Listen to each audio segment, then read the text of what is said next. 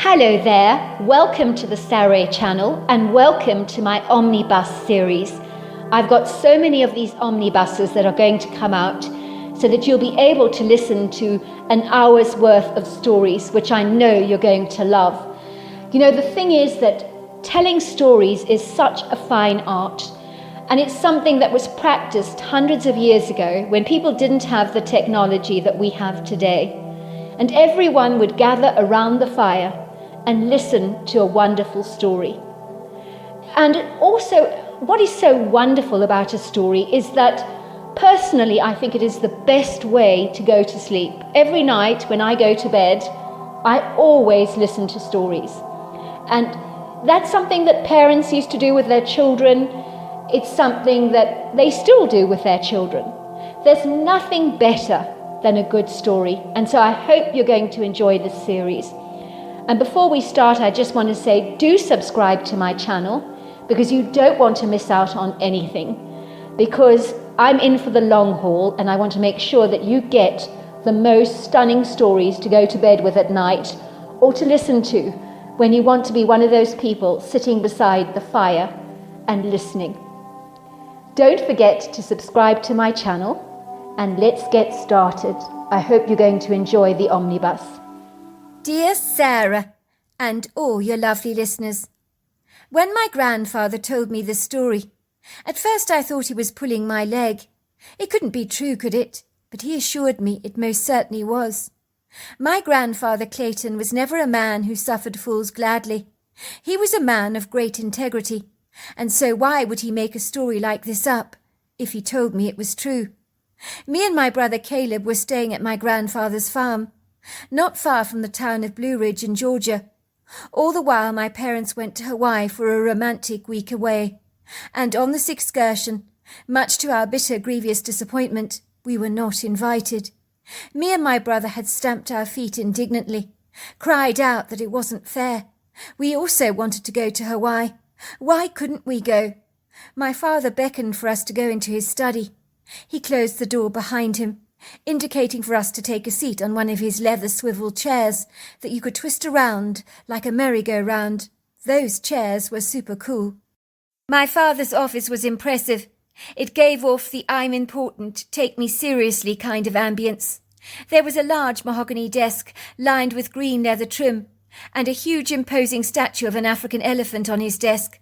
I often asked him what the green stone elephant actually represented. He told me, "An elephant never forgets, and when you're a surgeon like I am, operating on someone you cannot afford to forget anything. Elephants can also hear infrasound. They sense things we cannot see. As a surgeon, I want to see what is not in plain sight, like an elephant can." That made perfect sense to me. It's always the things you don't see that put a spanner in the works and cause the fortuitous complications you never expected to arise, usually at the most inconvenient, inopportune times. My father believed in his line of work. You had to be prepared for anything, as you never knew what problem would ultimately arise. You always had to make a backup plan to overcome it, like a plumber, quickly finding a stopgap solution to fix a leaking pipe. My father was a prominent heart and vascular surgeon at the hospital, working sometimes long hours. He'd come back home, shattered and drained, and often spend the weekend playing golf as a form of relaxation therapy. His aim was so good with that ball. He was forever getting the quintessential hole-in-one. My mother would say it was because of his surgeon's hands. Even though my father's job exhausted him, he was passionate about what he did, which meant his job gave him fulfillment and satisfaction. My mother was a long-suffering, very patient woman who gave up her career as a midwife to take care of us indefinitely. She had strong, very firm opinions on child-rearing and emphatically believed that one parent needed to stay at home to raise the children, if at all possible. It's got nothing to do with sexist discrimination and all this women's lib nonsense that they keep banging on and on about, which is designed to create war and conflict between the two sexes, she had said. I don't care about all the insignificant prattle. It's what's best for my children that matters. I don't want them to grow up having a better relationship with their babysitter or au pair than with me. She told us that she had attended a funeral once, where the mother of 2 boys had been killed in a car accident. The 2 bemused boys stood around their mother's grave, almost looking apathetic, indifferent, and very disinterested. My mother was appalled that these kids did not shed a single tear for their mother, as if they weren't even remotely affected by their loved one's passing. In her bewilderment and curiosity, my mother went up to one of the young boys, giving him a warm, affectionate hug. "I'm so sorry your mother's passed away. It must be so difficult for you. I am very, very sorry for your loss." He looked at my mother blankly and said, "I never really knew her. We were raised by our nanny. She's like a stranger to us." I was to learn that the children's nanny died a few years later, and when my mother arrived at the nanny's funeral, those same boys were in absolute bits, sobbing their hearts out. You see, the nanny had been like a mother to them, but their mother had been so far removed, so uninvolved in their lives. For them it was like she didn't really exist. "I never wanted it to be like that for my kids," my mother would say. "If my kids don't cry at my funeral, then I failed exponentially as a mother." So back to the nice little cosy chat with my father, which I was exceedingly worried would turn into a lecture. He looked at us judiciously through his rounded spectacles. His steely eyes focused on us. We immediately stopped swivelling around in his luxurious leather chairs and stared directly at him, not daring to twitch or fiddle. My father managed to demand respect from us, without even raising his voice at us. "Now, I'm not terribly pleased with the way the 2 of you have been behaving. I don't want you to make your mother feel bad, because we're going to Hawaii together without you. She's feeling guilty about not bringing you along. Your constant begging to come along with us is not making it easy for me. Now it's got to stop. You must try and understand that sometimes Mummy and Daddies need to have a break together, need to get away even from their own children. Your Mummy works very hard looking after the 2 of you. Being a mother is a full-time job, and I work exceedingly hard at the hospital. There will be many beach holidays for us in the future as a family, and we will certainly take you to Hawaii in due course. But right now, your Mummy and Daddy need to spend some quality time together. Don't you think that's fair?" Of course we didn't, but we nodded our heads in agreement, as that seemed like the right thing to do at the moment. When we were to learn we would be staying at our grandparents' place in Georgia, we were tickled pink. Our frustration about not going to Hawaii whittled away like the vaporous steam from a kettle. Our grandfather Clayton was the most exciting man we'd ever met. He was also the greatest storyteller in the entire world. He'd tell us about ancient sea legends where the ghosts of shipwrecked sailors came out of the mist to retrieve their lost treasure. He told us about the sightings of real ghost ships and stories related to them. We knew time spent with our grandparents would be fun indeed. Being with our gramps ensured we would go out on rides in the countryside, usually on ATVs, bicycles or horses. We'd go fishing, hunting and exploring. It would be an adventure of note. My grandparents lived 4.5 hours away from our home in Atlanta, whose most notable resident is Elton John, who I've seen around rather frequently. He's very distinctive and hard to miss. I've seen him wearing all kinds of wacko styles of sunglasses, including lenses that are heart-shaped, sometimes set with diamonds. He wears earrings in one ear and has an amazing, vibrant selection of velvety paisley jackets. Some so loud and in your face, it's hard not to notice him, as he's like a splash of bright colour on a canvas that you simply can't miss. My parents' house in Buckhead is 4.5 hours' drive from Blue Ridge. When the pre-ordered taxi arrived at our large home to pick us up and drive us to our grandparents' farmhouse, I could feel the excited flutters in my heart. We'd never been away without our grandparents before. It suddenly made me feel terribly grown up. I could see my brother was feeling much the same as I was, although he hid his feelings well. He was good like that. He always tried to maintain that stiff upper lip, composed, indifferent look on his face, but he didn't fool me for a second. "Bye-bye, sweethearts," my mother had said. "I want you to be very good for your grandparents. Make sure you're on your very best behaviour. And don't break your grandmother's china." My mother had wiped away tears from her eyes, as even being away from us for a week was a big deal for her. But we knew she was looking forward to her holiday in Hawaii, spent with my father. I was sure both my parents were going to have a great time, but I had a sneaky suspicion that a week spent with our grandfather would be way better than a holiday in Hawaii. Hawaii might have many things about it, but not a storyteller like my Gramps, and that was a fact.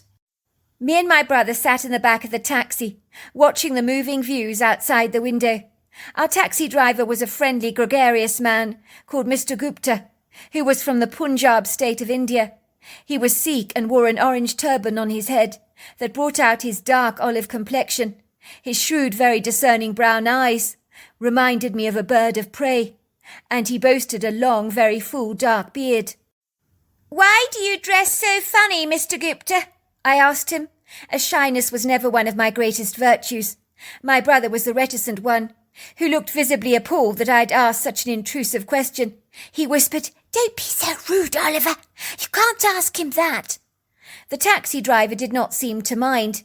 He let out a laugh. "You think I dress funny?" "Well, I don't know anyone who wears bright orange turbans on their head. I see country folk wearing bandanas at times, but a turban, well, that's seriously weird, isn't it? Turban comes from the storybooks like Aladdin and the Magic Lamp." "Well, then you haven't been very observant, have you, young man? There are lots of us around wearing turbans. I'm from Punjab region of India. We dress like this as part of our culture. The orange turban I wear is symbolic, representing courage, knowledge, sacrifice, strength, which is why we often wear orange paired with blue." "But why do you wear dresses? Only women wear dresses." My brother gives me a sharp poke in the chest, his eyes rolling at the back of the head, as if to say, "Now you've done it." "I wear an ordinary pair of cotton trousers covered by overhanging coat. It's our cultural dress. It's very cool and comfortable in hot weather. In truth, I could not imagine wearing restrictive clothes like you Americans wear. Believe me, what I wear is very comfortable. I think equivalent for you to wear hospital scrubs or even pyjamas. That is how comfortable our clothes are. I know of Westerners who come to live in Punjab region, return to America, refusing to wear anything else but our traditional clothes in summer. Not cause of culture, but comfort. It's hard to wear jeans once you've tried wearing our cotton pants." He pauses for a moment. "So tell me, what are your names?" "I'm Oliver, and this is my brother Caleb." "And how old are you, Oliver? Which one of you is the oldest? You both are the same height. It's difficult to tell who is the oldest." "I'm the oldest. Caleb is my younger brother. I'm 11. Caleb is 10. "You could have fooled me. The two of you are like peas in pod. If I hadn't known better, I might have said that you were non-identical twins."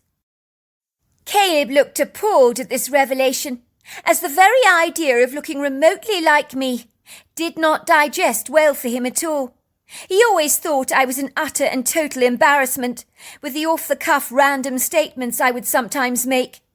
I once asked the neighbour why her hair had turned a funny shade of blue, when my brother later informed me she had chosen her hair to look like that. Probably paid good money for it too. I insisted her hair looked like it had run in the wash, like when you put a white sock in with your blue denims. "Why are you so silly?" my brother would tell me. "You hurt the poor lady's feelings. You should watch what you say, Oliver. Pastor Montgomery said last week our words can be like dangerous weapons. You are like a loaded gun, Oliver, taking pot shots at everyone with your insulting remarks." "That's not true," I blurted. "I never meant to cause offence." "Maybe not, but why don't you think before you talk? You can't always take back what you've said." Caleb might have been my younger brother, but he was astute and very sensitive to people's feelings. My mother always believed he was an empath. My brother would always be watchful of his words, guarding them with a shrewd assertiveness. But he was right. I could say some rather rude things, but I never meant to cause offence. So often what I said was taken the wrong way. I once asked a woman with a big belly how many months pregnant she was. She was mortified because she wasn't pregnant. I didn't mean to hurt her feelings. My words were like bubbles bursting out of a bottle of champagne, hard to rein in at times. That woman hated me after I made that comment. I wished with all my heart I could take it back, but it was too late. "No, I'm not pregnant," she said, glaring at me through her furious brown eyes. "Are you insinuating I'm fat or something?" I didn't have an answer for that, but I shrank away feeling as if someone had slapped me on the face with a cold block of ice. "Mr. Gupta, I think it's important you know that I'm not like my brother Oliver at all," Caleb piped vehemently. "We're very, very different. My brother may be my height, but we're not alike in any way." "So, you pride yourself in your individuality, young man. I'm impressed. When I was your age, I wanted to be like my older brother. I look up to him so much. But I see you like to stand up on your own merit. Very good for you, young man." "I don't look up to Oliver, because half the time he doesn't think," said my brother. "I always think, Mr. Gupta." Mr. Gupta appeared to find us rather amusing. He kept telling us how delightful we were. It wasn't long until we got to my grandfather's farm. I must have counted about 20. "Not long yet," from the taxi driver, so not long yet meant we still had a way to go. The journey did go surprisingly fast. We had left at 9 o'clock in the morning, and we arrived at about 1:45, or somewhere thereabouts, in time for lunch. My grandparents were delighted to see us, and my grandfather took our luggage up to the top floor, where me and my brother were to share a bedroom together. The large arched windows with ornate gingerbread trim overlooked prepossessing views of the countryside, and the distant silhouettes of the blue mountains plunged up into the skyline with a sculptural majesty, under a shimmering cloud of white mist. It was autumn, so the trees were richly ablaze with dreamy coats of golds, oranges and reds. We could see the neighbours' horses grazing on my grandfather's fields, frolicking happily in the grass. My grandfather allows the farmer to use his grazing pastures for his horses, and in exchange we were welcome to saddle up their horses, taking them for a ride, provided of course we made arrangements with the farmer to pick up their saddles and reins. My grandmother was clucking around us like an affectionate old mother hen, feeding us up with her never-ending supply of apple crumb cake, along with cold glasses of her homemade lemonade, the illustrious recipe she claimed to have got from an old English recipe book by a woman called Mrs. Beeton. It was on the first evening staying at my grandparents' house that my grandfather told us the story. It's a story I have never been able to forget, and I do not doubt for a single moment it is true, as my grandfather was never inclined to make things up. We begged our grandfather to tell us a story, as we sat around the fire pit on tree stumps for chairs, roasting marshmallows and making ourselves s'mores, which are graham crackers with marshmallows and melted chocolate. They're very yummy, but exceedingly addictive. That would be an understatement. "Go on then, Clayton.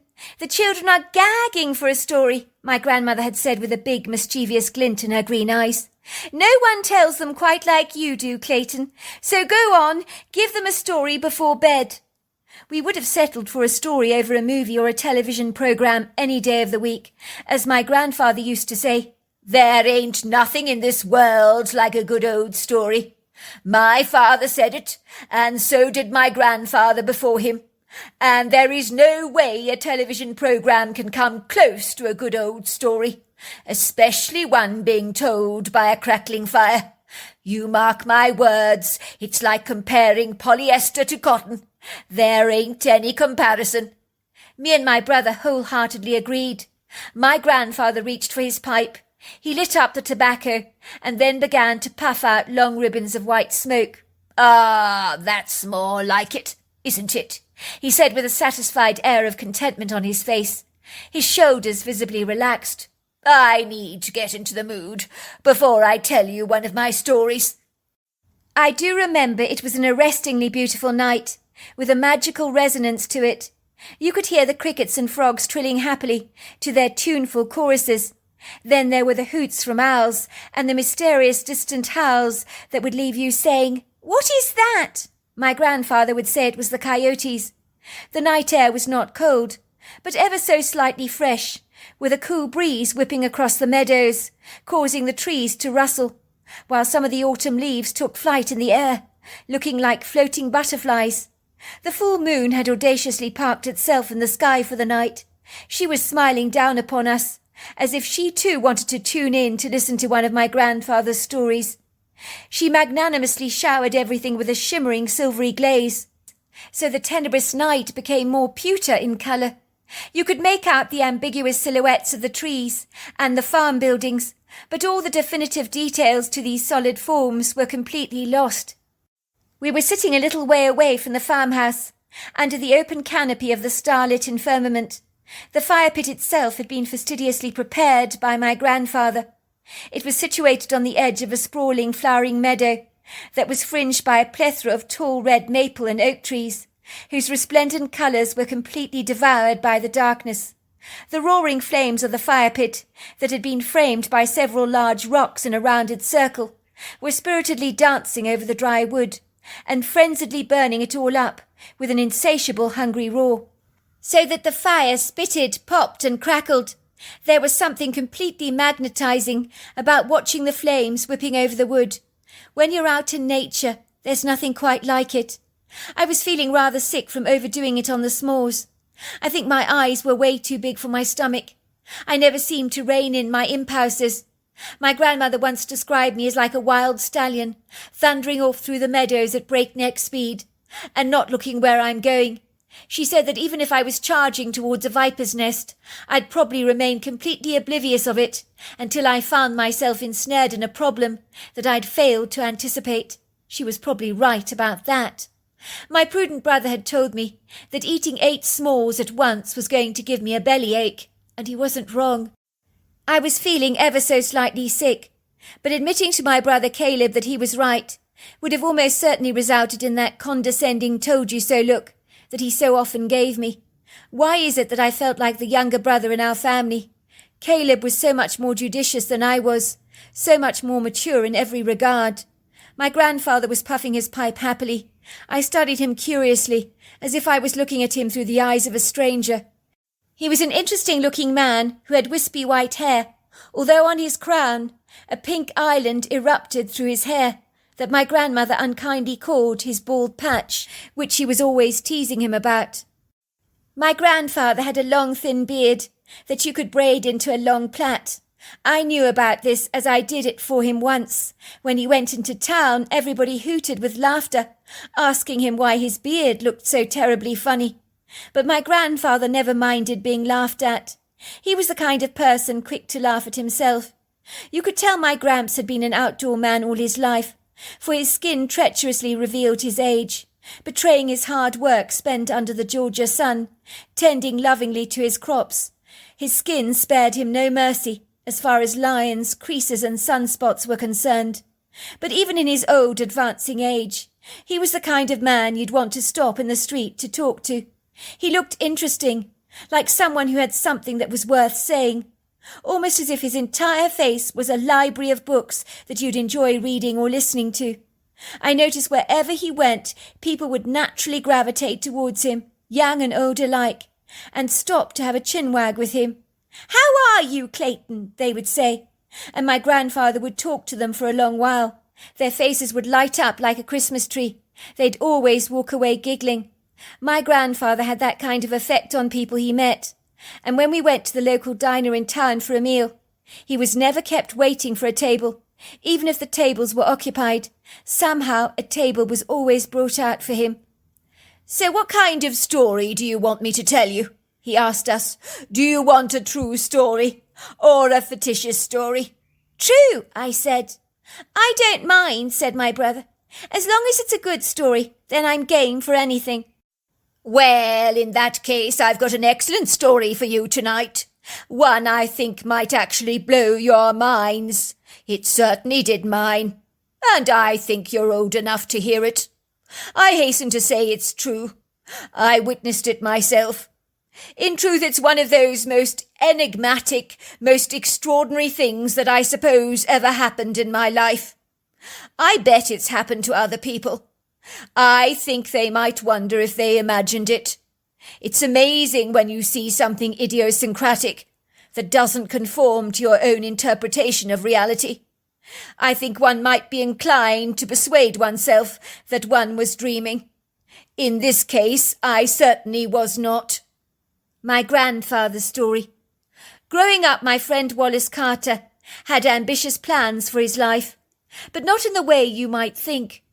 When I was at school with him, he was always the dreamer, the boy in class gazing out of the window, looking at the congregation of black squawking crows nesting in the old gnarled oak tree, his mind 1,000 miles away from the classroom. I remember his grades were always poor, not because he was stupid, but because he didn't pay any attention in class. It was like school, and everything it represented bored him silly. When he got bad grades, he didn't give a toss, nor did he bat an eyelid. It was like water off a duck's back to him, didn't bother him in the slightest. I can't remember the amount of times the teacher would say to him, "Wallace Carter, what did I say? Kindly repeat what I've just said, will you?" "Sorry, ma'am," he'd say. "I can't remember." "Wallace, you go and stand in the corner of the classroom right now. How many times do I have to tell you to pay attention? Your head is always in the clouds, and I think if you listened, you could do well in class. Now go and stand in the corner at once." This was obviously done to humiliate him, but for Wallace, he just grinned and happily went to stand in the corner. Wallace was a dreamer, but he was also lazy. He wanted a good life for himself. "I'm going to be rich when I'm older," he told me. "I'm going to be a millionaire, buying anything I could ever want for myself." Wallace did very badly in school, was lazy on his father's farm. In truth, it was hard to believe he really would make anything of his life, given he really didn't want to lift a finger. I remember going fishing with him on numerous occasions, and when the fish at the end of the line got too much of a challenge for him, as it was tugging too much, Wallace would actually get me to wind the fish in. That was the extent of his laziness.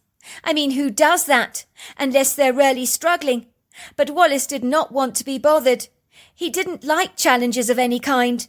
The one thing he had going for him was charm, and Wallace had oodles of it, and a great sense of humour. So even though he was lazy by nature, I thoroughly enjoyed spending time with him, and we became the very best of friends. One day when me and Wallace were in our mid-20s, a young woman moved into our town. She bought the most expensive farmhouse from a wealthy farmer, and dressed like she bought all her clothes from the finest fashion designers.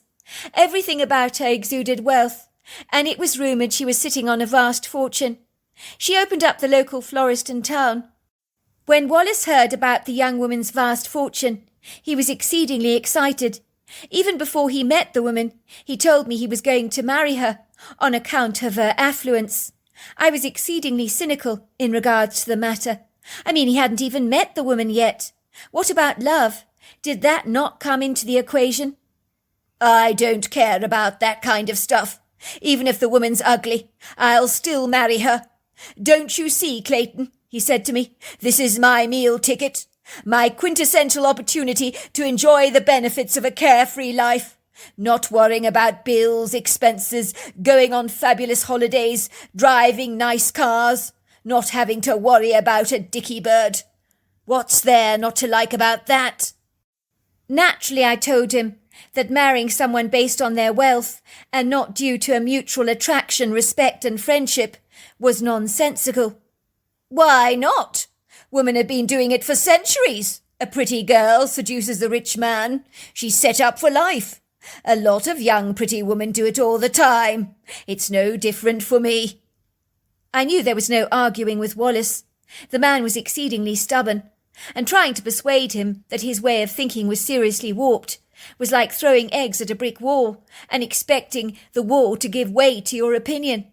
It wasn't ever going to happen. Wallace had made his mind up. Of course I had my reservations that he would pull this stunt off, but I couldn't have been more wrong. Rumours soon circulated around our town that Wallace was dating this very wealthy woman, who was sitting on this vast fortune. This woman was smitten over Wallace. Wallace had her eating out of his hands and hanging on to his every word. She seemed so sweet, unassuming, and not an unattractive woman. I think she was about 5'6", medium slim build, brown hair with blonde and gold highlights, dark brown eyes, and a golden honey bronze complexion. Her name was Jennifer Cassidy. Of course it was easy to look good with her kind of wealth, as her hair and nails were professionally done. She always wore very stylish, expensive clothes. When Wallace told me that Jennifer had agreed to marry him, I asked him, "Do you love her, bro?" Which he replied, "Of course not. But I do love her money, and that's why we're getting married." "Does she know you don't love her?" I asked him. "Of course not. I tell her that she's the most beautiful woman in the world, that I love her madly, and that I couldn't imagine living without her. And then she's the one that said, 'Well, why don't we get married?'" I tried to discourage Wallace from this rash, impulsive decision of his, but he was a bull in a china shop, champing at the bit to get married. He told me he'd managed to persuade Jennifer to an agreement that if they were married for 7 years and then got divorced, that Wallace would be entitled to half of her fortune, but they had to be married for 7 years first. Wallace thought that that would be a doddle. After the 7 years was up, "I can get a divorce then. I'll be set up for life, with half of her fortune. I'll never have to work a day in my life." I remember the marriage in town was a huge affair, with no expense spared. The couple went on an exotic honeymoon location together. But when Wallace returned from his honeymoon, he was not the Wallace I knew and loved. I could see my friend was incredibly miserable. It was like he wanted to tell me something about his marriage, but he just couldn't get the words out. He did admit to me that he was very, very miserable. He felt trapped, and that Jennifer Cassidy was not what she seemed to be on the surface, but he seemed reluctant to get specific. I could see that my friend seemed terrified of his wife. His hesitancy to go home at the end of the day was very pronounced. I remember saying to him, "Look, Wallace, if you're so unhappy in your marriage, forget the 7-year agreement. It's not going to work. You can't live like this. Just get divorced. I'm sure 7 years of misery is not worth a huge payout at the end of the day. Just ask for a divorce and be done with it." "But you don't understand," he said to me. "My wife is not human. If she gets her sharp claws into me, I'm in trouble, big trouble. That woman could kill me without stopping to draw breath. To tell you the truth, she scares the hell out of me, Claydon. She'll kill me if I leave. I've already asked her for a divorce. Don't think I haven't gone there already. She nearly bit my head off, quite literally. I don't mind admitting she frightened the hell out of me. That woman is dangerous. She's not human." There is no way to say this, bro. No easy way. But Jennifer is a lizard. She scares the hell out of me. She'll kill me if I leave her. I've already asked her for a divorce. Don't think I haven't done that. She nearly bit my head off. I don't mind admitting she frightened the hell out of me. I laughed at Wallace. "Don't be crazy, bro. Your wife is not a lizard. Well, not literally." Wallace grabbed me by the shoulders, looking at me earnestly. "Clayton, my wife is a lizard. Please believe me on this. Living with her is like living with a monster. She's hideous, insanely evil, ugly, grotesque. She shapeshifts into a lizard. I'm terrified of her, literally terrified." "I'm sorry, Wallace. I'm finding this very difficult to believe. I can't see anything in your wife that would lead me to assume that she is a frightening woman that becomes a lizard. Do you realize how crazy you're sounding?" "Well, you come home with me then. Hide in my kitchen pantry. See for yourself. I want you to see this. Believe me, bro, I understand where you're coming from and why you doubt me. If I was wearing your cynical shoes, I would too. But I promise you my wife is a lizard. She lives behind a human veneer. I know it sounds ludicrous and rarely wacko, but I promise you I'm not making this up." I could see by the pleading, desperate look in Wallace's eyes that he really wanted me to do this as a favour for him. He was desirous for me to see that his wife could indeed shapeshift into a lizard, and was a scary woman indeed. I mean, what he was saying was incredulous. But he did say this without being under the influence of alcohol or drugs. Wallace was such an easy-going character, hence his lackadaisical, fun-loving nature. In the beginning, reminded me of a great big lazy pussycat who lounges on your settee and purrs all day. But since Wallace had married Jennifer, he had changed exponentially. The relaxed demeanour that I was so well acquainted with was well and truly lost. The woman he claimed was refusing to give him the divorce he so badly wanted, insisted he stayed with her against his will, warning him fiercely that if he didn't, he'd not wake up to enjoy another day. And Wallace emphatically believed her. Now he wanted to leave her. He didn't care about her money anymore. He wanted out.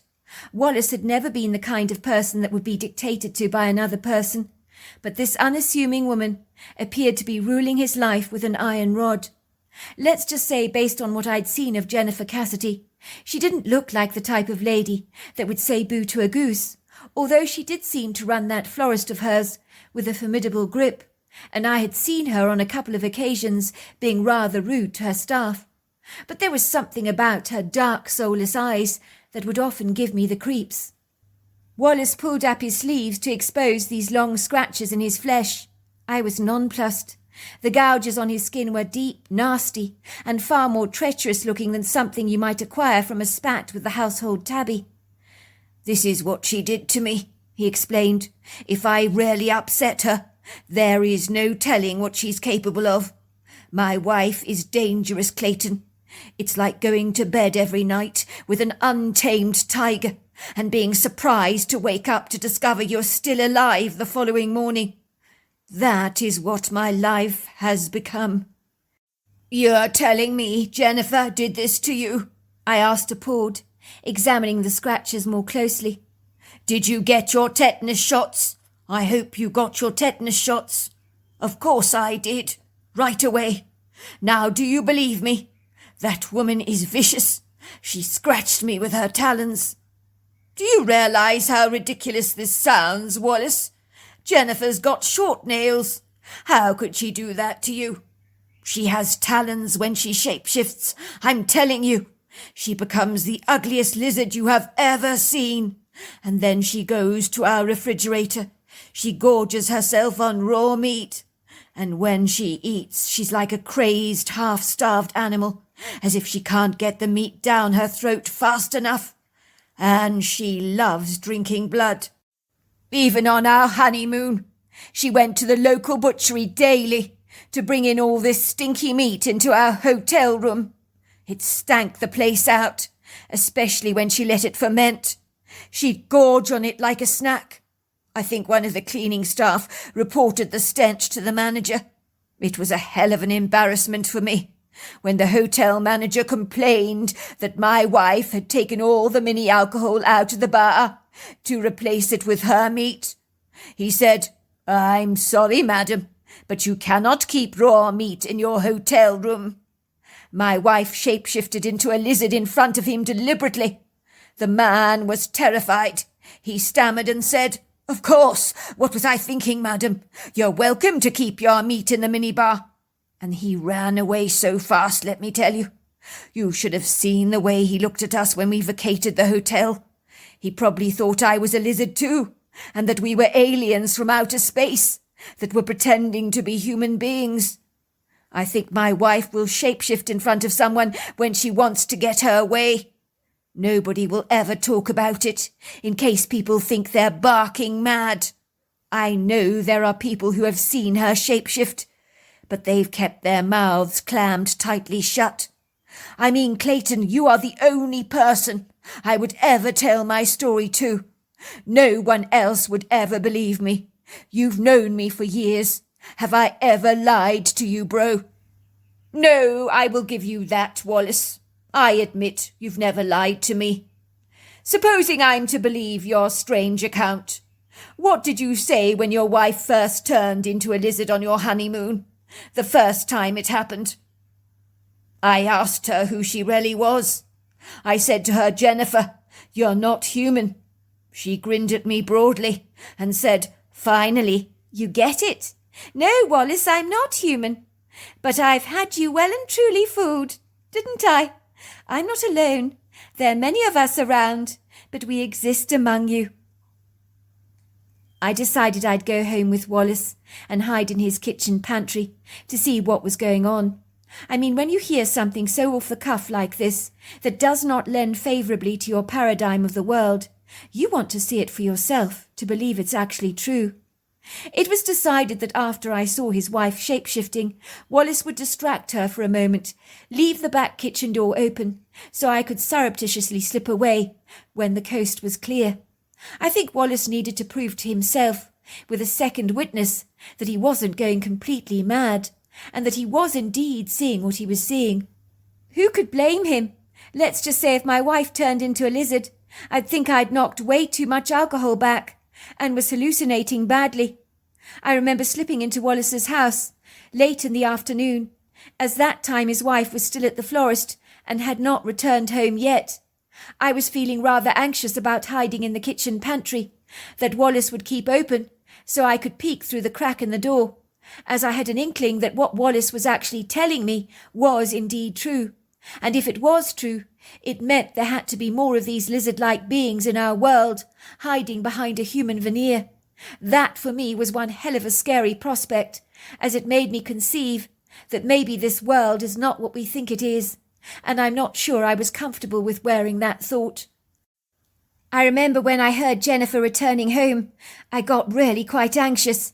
She was carrying a big bag in her hands that looked suspiciously like it contained meat. She had a refrigerator stacked with tons of meat. Wallace told me that it had to go slightly off for his wife to really enjoy it. She'd buy meat from a range of butcheries so people wouldn't start asking awkward questions as to why she was buying an excessive amount of meat. I was peering through the crack in the pantry, and Jennifer appeared to be being very nice to Wallace. "So how was your day, sweetheart?" she said, leaning forward to kiss him on the cheek. To give her due, she genuinely seemed to care about Wallace, but her feelings were not reciprocated. Wallace physically squirmed in her presence. "Oh, you know, so. How was your day?" "Oh, absolutely dreadful, quite dreadful. One of my customers challenged me, would you believe it? He claimed that the bouquet that my staff delivered to his mother for her birthday was far too overpriced." "Who was this?" asked Wallace. "The customer, I mean. Anyone I happen to know?" "Oh, yes, you know him all right. It was the town sheriff. Foolish man. Honestly, he said to me that he's lived in this town for a long time. He's never seen such ridiculous prices for flowers. He thinks I'm ripping the people in town off. He said to me, 'I don't take kindly to hoity-toity outsiders like you, coming to live in our small town, charging insane prices for your flowers. I've a good mind to go to the papers to warn them about your excessive prices. People need to know when they're being swindled. You're robbing everyone blind, and I don't take kindly to that. People around here are not all made of money like you know, and even if they were, it's not ethical to charge prices like this. You can go to any other town around here, you won't see prices like this for flowers. I will say this for your florist, it is no better than any of your competitors, so you're not justified in charging these ridiculous prices.' I bet that went down like a lead balloon with you." "What did you say?" asked Wallace. "I bet you didn't like him challenging you like that. You never like being challenged. Did you give him a glimpse of your true nature by any chance?" "You bet I did," said Jennifer, sounding quite pleased with herself. "I did, and that sheriff ran away from me so fast. He was terrified. His eyes almost popped out of his head, like yours did the first time you saw me on our honeymoon, making that transformation. I'm quite sure he shan't be bothering me again. Imagine if he told the townsfolk that I was a lizard. Everyone would think he belonged in a funny farm, she said, chuckling. As I stood there in the pantry listening to this conversation, I was quivering. I could see Jennifer going to the refrigerator to remove some rancid-looking meat. The stuff was so disgustingly vile that when she opened the fridge door, the vile, odorous smell wafted over the kitchen with an intrusive, unwelcome impertinence. It was nasty, insanely repugnant, grotesquely revolting. It made me gag. I'd have happily thrown up there and then, but I was determined to hold it together. I couldn't afford for Jennifer to observe me hiding out in her pantry. There is no telling what she would do. I watched in abject horror as Jennifer smelt the big bowl of meat. She groaned with an orgasmic pleasure. Her lips salivated in front of my eyes. I could see the gobby drool dribbling down her mouth. I was suddenly struck by how dreadfully unfeminine she was. Then it happened as fast as a wink from an eyelid. She shape-shifted into an 8-foot lizard that was easily 900 pounds in weight. I mean, how did that happen? I thought I was in Jurassic Park for a moment. And I'm not kidding either. The creature was really ugly, with brown mottled marks all over its reptilian skin, and a long tail that she thrashed around violently. She had sharp, dagger-like claws, a similar appearance to a Dimetrodon dinosaur, without the long spiky hood on her back. She stood upright on 2 feet, but everything about her was menacing. I was completely terrified hiding in that pantry, let me tell you. How had Wallace put up with this venomous woman for so long? No wonder he was afraid she'd tear him apart if he ended their relationship. I watched her tear into that rancid bowl of meat, gobbling it up at an insatiable speed, like a Komodo dragon. Then once she'd finished her meal, she returned back to her human form and said to Wallace, "What shall we have for dinner?" Wallace had recently turned vegetarian for obvious reasons, and he said he'd like some cheesy pasta. So Jennifer began to throw in the pasta into the big pot of boiling salted water. She'd soon sit down with him for a human meal. Wallace managed to distract her, telling her that he fancied wine for dinner, so she told him she'd go down to the cellar and pick something out. When she was safely out of the way, Wallace said to me, "What did I tell you? She's a lizard." To which I replied, "It's official, bro. She's a lizard." I ran from that house in a tearing hurry. I could not believe what I'd seen. For months afterwards I had visual nightmares about that lizard.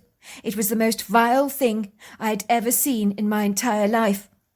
Wallace discussed with me at great length how he was going to get out of this marriage with Jennifer. To be fair, as hideous as Jennifer was, she was nice to him when she was in her human form, although Wallace didn't entirely agree with that. It was when she changed into a lizard that she became obnoxious, vile, and downright repugnant.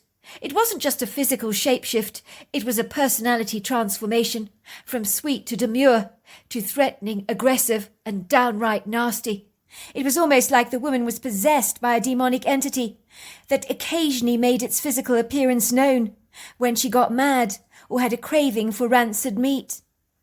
I knew, hell or high water, I had to do everything in my power to help Wallace escape from this heinous woman. But how? How was I ever going to do that? She was exceedingly dangerous. But a week later, the problem was taken out of our hands like magic, swiftly and very efficiently. One day Jennifer was crossing the road from opposite the forest shop. In a trice, a truck with blacked-out windows and no visible number plates suddenly lunged forward at breakneck speed and running over the woman, killing her instantly. Let's just say pedestrians who were on the sidewalk saw it happen. They said it was a deliberate hit and run. When the sheriff arrived on the scene, one of the bystanders happened to notice that he was scribbling doodles with his ballpoint pen, but not really taking down people's accounts on his notepad. "Someone ran her down deliberately, Sheriff," an outspoken woman shouted out. "I saw the whole thing. You need to catch the miserable bastard." The sheriff furrowed his brow and said, "I'm afraid I think it's very unlikely we're able to find out who did this, but we'll do our very best." People were bemused by the sheriff's indifference, his nonchalant, disinterested reaction, and were worried that someone else would be mown down in our small town. But of course it never happened again. From what I gleaned, the sheriff did not even try to investigate the case. But me and Wallace suspect he was all behind it and made a deal with a criminal who he would give a lighter sentence to or something like that, to get them to run over Jennifer and make it look like a fortuitous accident. I think after seeing what Jennifer really was about, he knew she needed to be taken out. The irony is when she died, no one in town was desperately sad, and that was unusual. People admitted that there was something about her they didn't like, but they couldn't fathom what it was. They described her as having shifty eyes that you couldn't actually trust. But the funniest thing of all was when the coroner did the autopsy, he discovered a lizard's tail growing inside of Jennifer, which she said was the oddest thing she'd ever seen in her life. "Wow, that's an incredible story, Gramps," I said. "Is it really, really true?" "It's true, all right," said my grandfather, rubbing his beard reflectively. "My word, what an awful story," said my grandmother. "Thank goodness the sheriff eliminated the woman. He must have been behind it. She wasn't human. She did need to be taken out." "What about your friend Wallace? Does he ever talk about the event anymore, Gramps? And his marriage to Jennifer?" "No, not anymore. The poor man had to have therapy for post-traumatic stress disorder.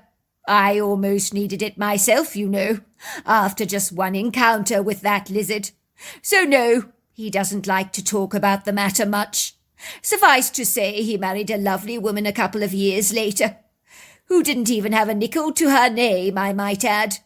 They had 2 delightful children together, and now they have 2 grandchildren like myself.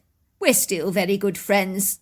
Wallace is an exceedingly wealthy man, thanks to inheriting Jennifer's fortune, but he never got to meet her family or relatives. When they got married, Jennifer claimed they'd all fallen out, so none of them were invited to the wedding. And when she was finally put to rest, no members of her family turned up for her funeral. It was decidedly odd, I have to tell you." The story that my grandfather had shared with us was incredulous, and I noticed my brother Caleb was unusually animated. "You know, Gramps, you're going to find this really strange, but this isn't the first time I've heard about someone shape-shifting into a lizard. There is a boy in my class at school. His name is Robin Drage. He told the class and the teacher that while on holiday on a Florida beach, he got lost and disorientated, struggling to find his way to his parents, who were picnicking further down the beach, but he couldn't find them. Then this man began to approach him. He said the man grinned at him lecherously and then changed into a lizard before his eyes. A really ugly lizard.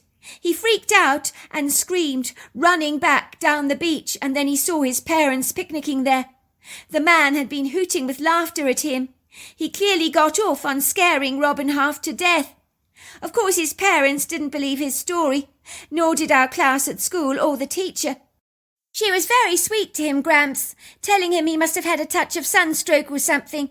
Now I feel really bad for not believing him. I thought the teacher was right. I think it was very brave of him to tell everyone his story.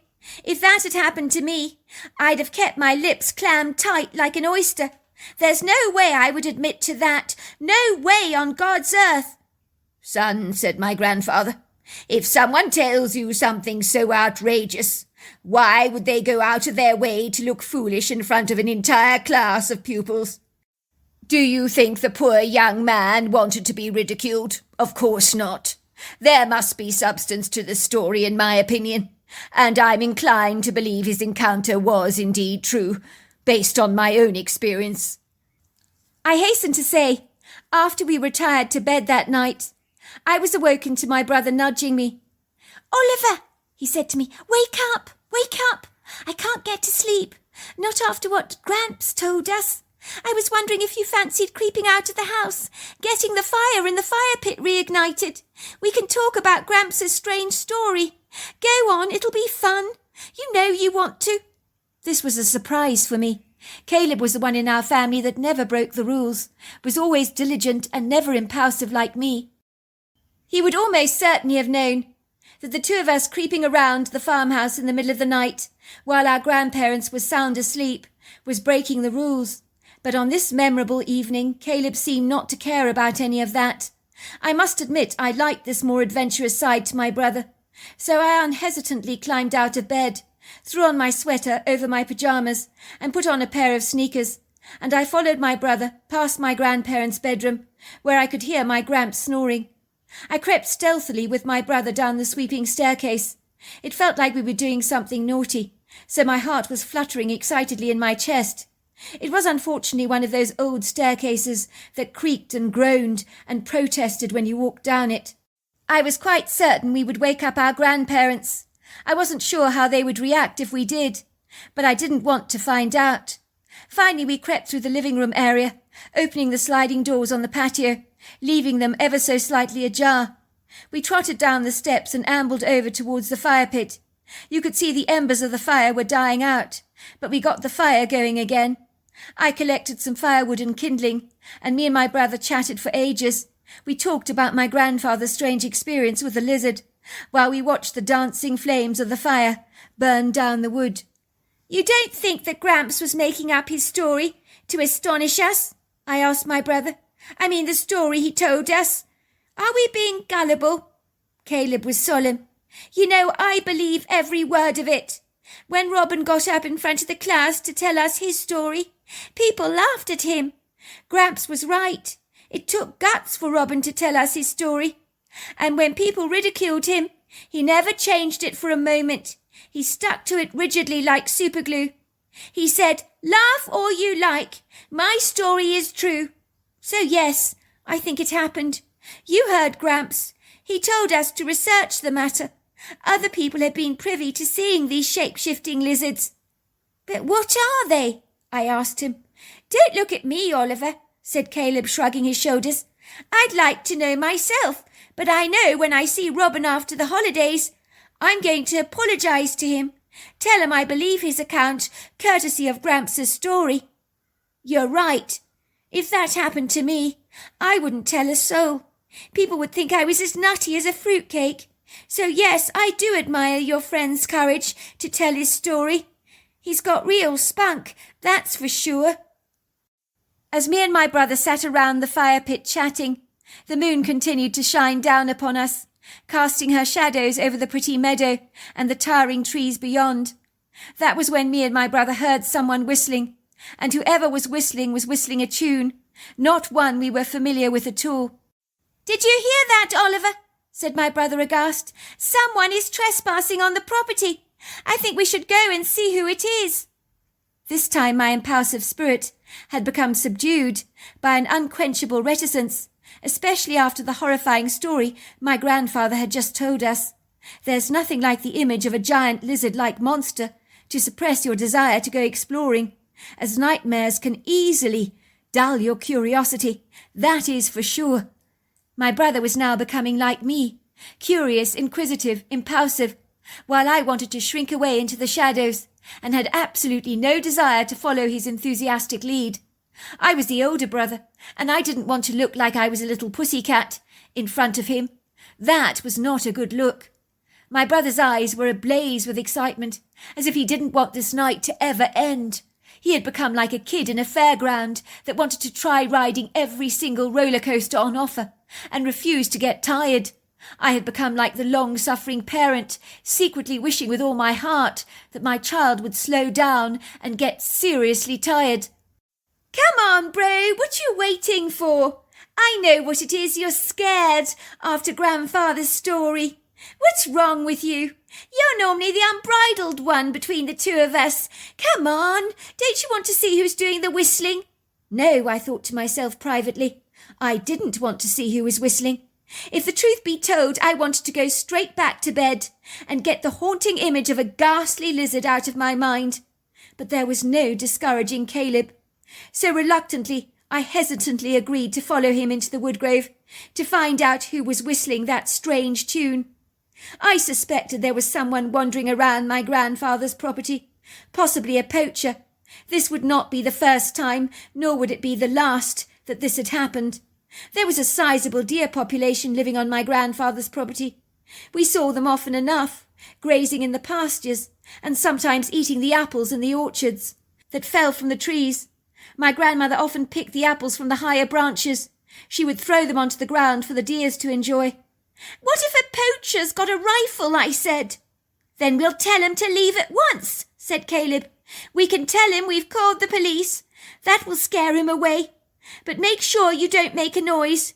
We don't want to startle him." But if he doesn't know we're around and he's shooting at a deer, he could harm us, I said. Why do you think people wear bright orange vests during the day when they shoot? To be seen, of course, so that a stray bullet doesn't accidentally plunge into their hearts. My brother didn't seem to hear me. My warning words fell on deaf ears. Before long, we were walking through the long grass of the meadow. It was moist with dew. I had no idea what time it was, but I sneakily suspected it was probably about 2 o'clock in the morning, as we'd been talking around the fire pit for many ages. Caleb was walking ahead of me, leading the way constantly, making signs for me to remain quiet. We were both carrying our mini torches in our hands, a gift my father had brought us from one of those exclusive camping shops. It boasted 5 hours of battery time and 3 light strengths, from powerful to very soft. The grass rustled in the breeze. It nudged against our feet. I could hear the comforting, reassuring trills of the crickets and frogs, and smell the pleasing bouquet of wild flowers and moss on the wind. The strange whistling continued. We stealthily, like 2 sneaky black panthers, moved towards the sound. The forest was much darker than the meadows had been. So much of the moonlight had been blocked out and expunged by the trees, with boughs that tangled together above our heads, although occasionally they were open spaces between the trees that actively encouraged the moonlight to filter across the forest floor in an ethereal silvery glaze. In compensation for any lack of moonlight, we judiciously put our torchlights on a very soft light, so that it could easily be misinterpreted for moonlight, for anyone who might notice the rude intrusion of a more invasive light coming from a powerful torch. I must confess, walking in a woodgrove at the dead of night is not for the faint-hearted. I hasten to say it's an intimidating experience for anyone. I don't mind admitting that I was quite daunted by the shadows of the tall, lofty trees that penciled up into the sky and seemed to become far less congenial at night. It didn't help that they shook their boughs in the breeze, so that their leaves rustled, while the soft breeze made an unsettling whooshing sound that dappled the forest in what I can only describe as a ghost-like outer-worldly energy. We moved ever forward into the woods very cautiously, our sneakers failing to accommodate our urgent need to remain as quiet as possible. The fallen autumn leaves beneath our rubber soles betrayed our presence with crackles, while twigs snapped and popped. I was very concerned we might be noticed and observed by the elusive whistler. I didn't know if we were walking towards a den of vipers. Was my brother completely insane to approach a random poacher like this, supposing he was dangerous? I found my heart was beating violently in my chest like a loud, booming drum. In my nervous apprehension that had seized me like a furtive robber, prowling in the night, grabbing me unawares, I was about to beg my brother for us to go back, when the whistling became so close, far too close for comfort, that I nearly jumped out of my skin, if that were at all possible. Me and my brother clandestinely hid behind an old oak tree. The light from our dim torches deceptively looked like moonlight twinkling through the trees, so we kept them on. That was when we saw him. I was not prepared for what I was seeing, but I guess my paradigm of the world had shifted so dramatically after my grandfather's idiosyncratic tale, so I was much more inclined to be accepting of what I was beholding. Standing there in the woodgrove, larger than life, at an impressive 8 foot tall, was a Bigfoot. I got the distinct impression the creature we were seeing was rather old. I imagine at one time he was possibly even bigger and taller. It was hard to conceive of that fact. He walked with a bit of a stoop, and even in the moonlight I could see lighter patches on his long hair, which I suspected was grey. And when a touch of moonlight trespassed through an opening in the trees, and it washed over his face, I was absolutely astonished how human he appeared. He had a wizened, noble face, deep-set dark eyes that gave off a yellow eye-shine, a flat aquatic nose, a square jawline, high cheekbones and a pronounced furrowed forehead. I noticed in his hands he was carrying an old bucket and pail. He was collecting acorns from the forest floor and placing them into the bucket, and whistling happily to himself, so engaged in the job at hand, seemingly very preoccupied. He had such a benevolent, peaceful energy about him that I didn't feel afraid at all. Neither did my brother, We knew he was a Bigfoot. We were in no doubt about that. I'd heard stories about people who claimed to be terrorized by Bigfoots, which seemed nonsensical to me, as you could see that this fellow was not only harmless, but a very amenable soul. I liked him before I even met him, and in truth I can't say that about a lot of people I know. My heart was flapping excitedly in my chest. I wanted to meet this old Bigfoot. Me and my brother did not hesitate to surrender our hiding place, abandoning it like an old shell we no longer needed to hide in. We just knew implicitly that we were safe. It's hard to describe the light that this Bigfoot gave off, but his energy was magnetic. It drew us to him. We boldly just walked over towards him, and he stopped in surprise to see us. I think he was rather taken off guard, but he wasn't upset at all, and me and my brother helped him gather acorns. My brother could whistle, and he whistled along with the Bigfoot. I tried to whistle, but my attempts were so bad, very lousy, so much so that the old Bigfoot found it amusing. He tried to demonstrate to me how to pucker your lips to whistle, and when I couldn't do it, he chuckled, and we all just burst out laughing. I don't know why I found it terribly funny that I couldn't whistle, but this old fellow made us both laugh. He was comical. The old man continued to whistle. A while later a mother deer and her fawn were standing yards away from us. I had never experienced deer so close before. They looked on the old Bigfoot with an assurance, as if comforted by his presence. This I would not have expected, based on the stories I'd been told about Bigfoots before, aggressively killing their prey. You would think the deer would have run away. The Bigfoot read my mind. He answered me in a strange language that was immediately interpreted in my head. Umakilan, umakasafashana, homogilani, isila kolabasha. Why are you surprised that I watch over a mother deer and her fawn? She needs my protection. She knows I've got her back. Yes, I eat meat, but I'm very selective in what I kill. Everything that I kill needs to go, because the time is right for them to leave. There is a time for birth. There is a time for death. I see it in the animals, like the ripe fruit on a tree that is ready to fall. When he said that, I couldn't help thinking about Ecclesiasticals in the Bible, where King Solomon talks about there is a time to die, a time to be born. Amika asivosha, asikana bolobak, igila gonagwa, isifo shanasa. You see, said the Bigfoot, I am very selective about every choice I make.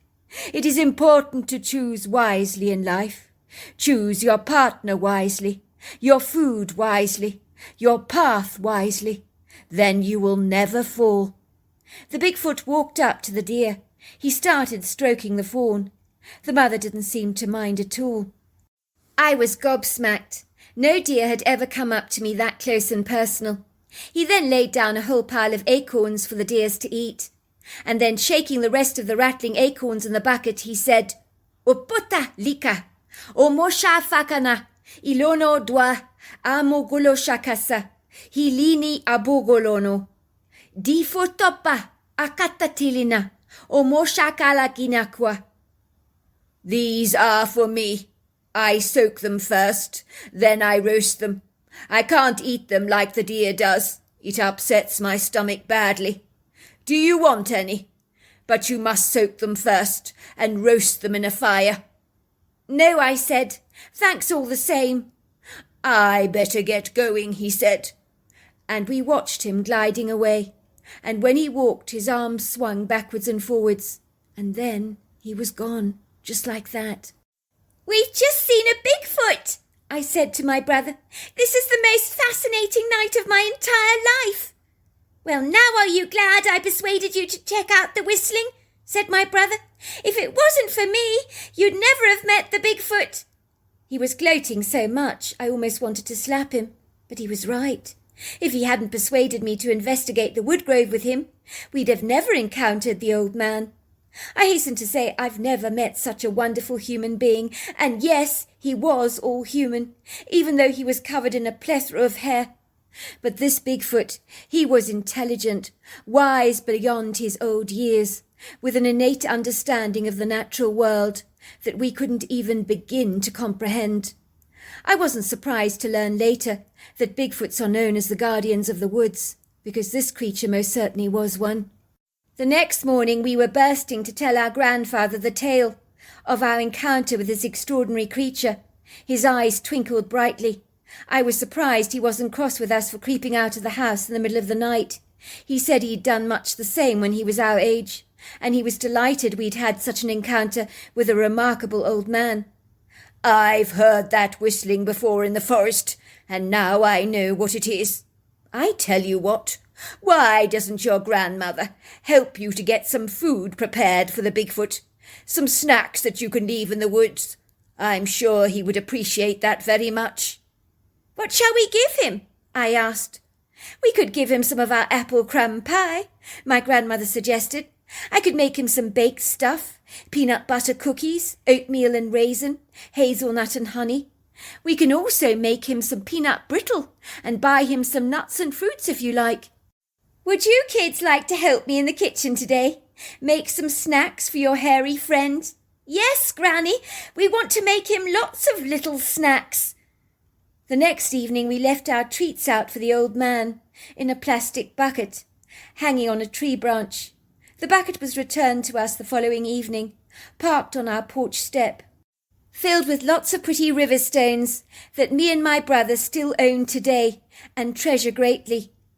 I remember my parents felt remarkably guilty about their holiday in Hawaii, the places they had visited, the cocktails they had drunk, the trips they had taken. But we didn't feel bad at all. We knew that their holiday could never trump ours. That was for sure. So there you are. That's my story. Dear Sarah, and all your lovely listeners, Cole Pennington was a free spirit who valued his freedom more than anything else in the world. Even as a young boy, he'd envied the birds of the air, soaring high in the sky. He wondered what it would be like to be able to fly like that so freely. He knew some birds migrated every year, flying over thousands of miles with their light feathery plumage, and to be able to fly over such vast distances he thought was quite marvellous. Of course, Cole got to see a lot of birds growing up in the heart of the prepossessing Colorado countryside as a young boy. His father would occasionally take trips to Denver once or twice a week, but had managed to conduct the affairs of his business from home. So Cole was privy to growing up with both his parents being around, which was a jolly good thing, as Cole would be there one minute and gone the next, so he needed to be watched at all times. Let's just say Bert, his father, recognised in his son the maverick, intrepid, venturesome spirit he'd seen in his own father when he was a boy. He knew that a profound streak of his father's adventurous personality had robustly meandered down the family genetic line, leaving its indelible influences on his own offspring. And even to look at the handsome, raven-haired, green-eyed, curly-haired young boy was the splitting image of his father. When he compared a picture of his father at a similar age to his son, it had sent surprising twitches down his spine. "By Jove," he'd thought to himself, "my father has almost risen from the dead. He is a carbon copy of my son. Who would have thought it?" Mr. Pennington got brief glimpses of his father he'd known as a boy, smiling cheekily back at him through the wide-spirited eyes of his son, like the fleeting shadows of sunshine dripping through the forest canopy. Mr. Pennington knew his father had been famous for just getting up and leaving his family home on an unrepressed, impetuous whim for a couple of days, without a bye or leave, leaving behind him a distraught wife who believed something quite dreadful had happened to him, until she became acclimatized to his father's comings and goings. She soon learnt there was a wandering side to her husband's nonconformist lone wolf personality that she called the Black Panther. "Please, for God's sake, Geoffrey, tell us where you're going," his mother would say. But her husband's trips were so impulsive, he never gave his wife any advance warning that he was taking off for a couple of days. "Why do you keep doing this to me?" his mother would ask him incredulously. "Why do you abandon us every now and then for a couple of days? Help me to understand this idiosyncratic behaviour of yours." His father had shrugged his shoulders. I'm not trying to upset the apple cart. I get caught up in the moment, don't I? Everything for me is unprompted, involuntary. My responsibilities abandon me like a bird on the wind. I just enjoy escaping the hassles of my life. And once I've been out in nature for a while, I feel I can bounce back to my life again. Sometimes it all just becomes too much for me. I feel as if I can't breathe, as if I'm suffocating. I feel a reckless urgency to escape all the hassles and complications and troubles of the grindstone. I like to leave it all behind me, breaking free, like a stallion in the wild. Bert Pennington was determined that come what may, if his capricious son was going to trot off for a few days on a spontaneously impulsive wild adventure, they wanted to know where he was going. As during his teenage years, Cole had enjoyed a lot of solo camping trips, especially along the Appalachian Trail, always insisting on going alone. "It may not be a big deal to you, son," he would tell him, "but it's a big deal to us, especially for me, growing up with a father like I did. We want to feel assured that we know where you are at all times, so that if something untoward was to happen to you, we would be able to call for help. You do hear the most dreadful stories out there. Me and your mother don't want you to become one of them. If you must insist on camping solo in the Americas, we must know the route you are taking on your trip. If we don't know where you're going, as far as I'm concerned, you can't go, and that is final." When Cole was a little boy with cute little dimples on his cheeks and long, luxurious dark lashes framing his cobalt blue eyes, it was very difficult for his parents to get aggrieved with him, for how could you get angry with a perfect little angel that warmed up the cockles of your heart and naturally made you smile? And Cole had that effect on everyone who met him. "I'm so glad he's not my son," one woman had told Mrs. Pennington. "I'd never be able to scold him for bad behaviour, not when he looked like that."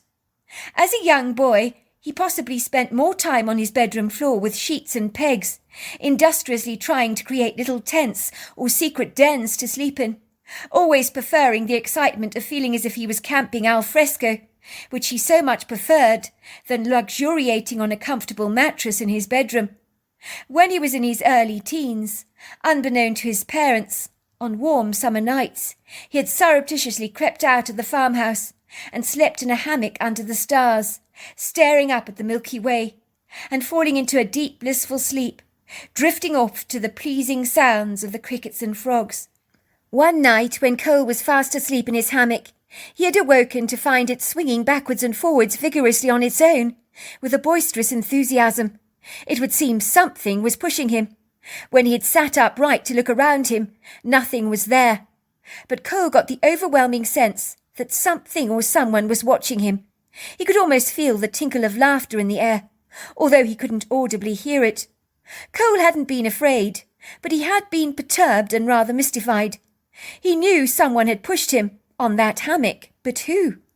One morning he woke up to find his hammock decorated with pine cones, and on another he was sure he'd seen a shadowy figure and a human face looking at him.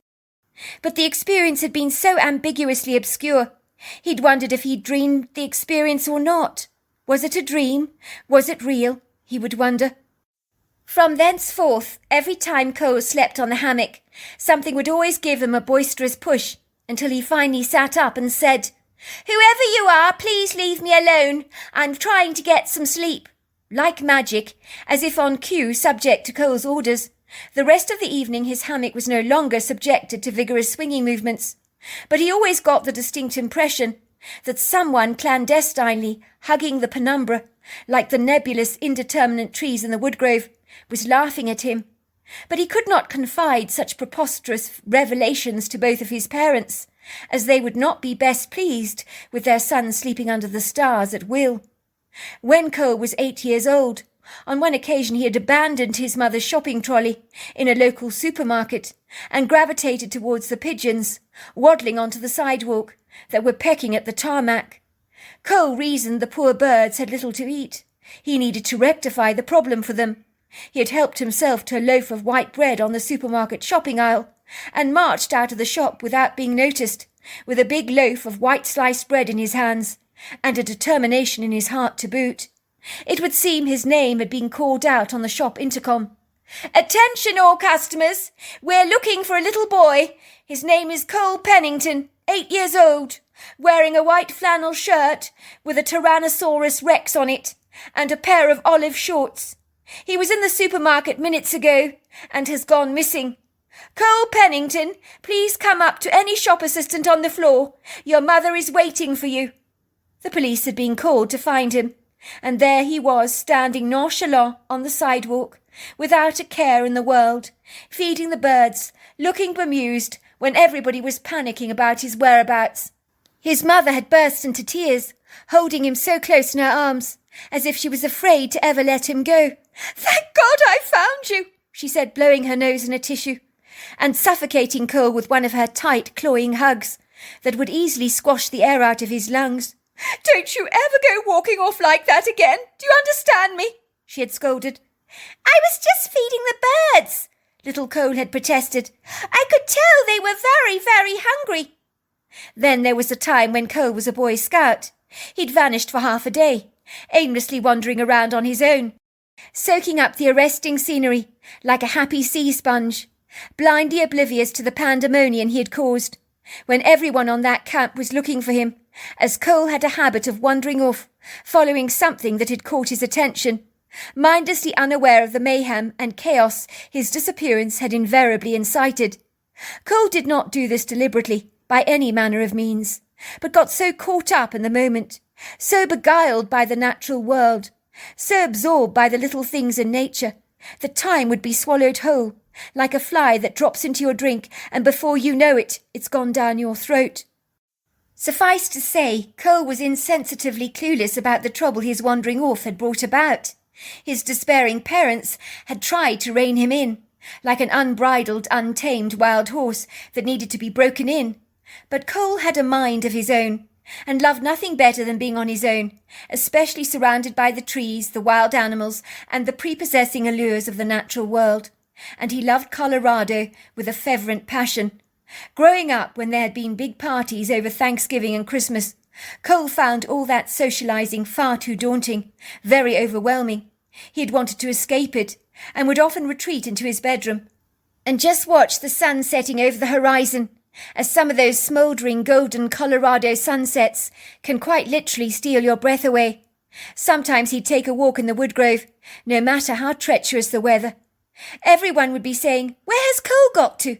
And his parents had reached that place of understanding that Cole enjoyed his own company, and too many people was for him like being stuck in a football stadium with crowds of cheering people that were hemming him in on every side, so he couldn't breathe, and the suffocating claustrophobia would make him almost want to scream. Cole liked small, intimate gatherings, not large, grandiose affairs that would bulldoze your individuality and rob you of meaningful conversation, where the trivial became the topic of the day and was being bounced around between strangers like a rubber ball. Wasn't it a hot summer this year? And did you see the prices of the turkeys in the supermarket recently? Cole was 22 years old when he moved into his parents' tennis pavilion, which he had magically transformed into a rather comfortable, cosy den, with a couple of his mother's luxurious couches, a double oak sleigh bed and matching bedstands, along with complimentary oak wood furnishings, courtesy of his mother's generosity, of course. As a young man that prided himself in his autonomy, the last thing he wanted to do was to sponge off his parents, but accommodation was expensive these days, and he was still at college acquiring a degree, and working part-time as a waiter at a local restaurant in town to bring in that quintessential money that was needed to cover his accumulating rising costs, as believe me, for a young student, there were many. Like any other student, he was always broke, and on the lookout for finding any jobs going spare. He'd lend his hand at anything, painting, washing cars, yard work, anything that was going. To give him his due, he was a hard worker, a spirited young man with great integrity. Since his parents had not played tennis for many years, it seemed nonsensical that the large changing room, little kitchenette, and delightful shower room of the tennis pavilion was not being used or appreciated. It was going to waste, overlooked and neglected, a part of the property almost abandoned, forsaken and long forgotten, At first, when Cole had suggested moving into the tennis pavilion to his mother, she had been appalled by the very idea, viewing the place no more than a miserable bug-infested yard shed that had seen better days and was crying out for renovation. "Goodness gracious me! You can't live there, Cole," she had said, sounding mortified. "What about staying with us indefinitely? I mean, you're still young, Cole. Is living with your parents that bad?" "I don't want to live with you at my age," Cole had piped. "I may only be 22, but I don't want to get too comfortable at home and be living with you well into my 30s. When girls hear you're living with Mummy and Daddy, they think you're a real sissy or a mummy's boy. I can't have that. It's either your tennis pavilion or I'll have to find a student's dig somewhere. You know I value my independence, Mum." "There is nothing wrong with that tennis pavilion, sweetheart," his father had said, addressing his mother with a persuasive tone to his southern drawl, as he lent his support to his son's eager requests. "Let's just say a good old cleaning, a quick coat of paint, a good mattress and a new pair of curtains. That place will be perfect for our son. I know exactly how Cole feels. I was like him at Cole's age, couldn't wait to get away from my mother's clutches. Don't get me wrong, she was a very good person, gave me everything I could ever want. But the trouble was I wanted my freedom. And that mother of mine was forever breathing down my neck. You can be a bit like that without Cole," he said to his wife. Mrs. Pennington's forehead furrowed in a long ribbon of lines that resembled a railway track. She had looked visibly affronted. Her face grew red with indignation. She shook her silver-grey pixie-style haircut vigorously, and her slender, unamused lips twitched. "How dare you, Bert, suggest I breathe down our son's neck?" "But you do," Cole's father had bellowed, the laugh rising through his throat like a bullfrog. "Don't take it personally, sweetheart. You're a great mother, you really are. I'm not demeaning you in any way. Mothers are naturally nurturing by nature. You are the way you are as you love our Cole, but don't you see, he needs his space. If you keep mollycoddling him in the way that you do, breathing down his neck like a dragon, you'll drive him far away from our home."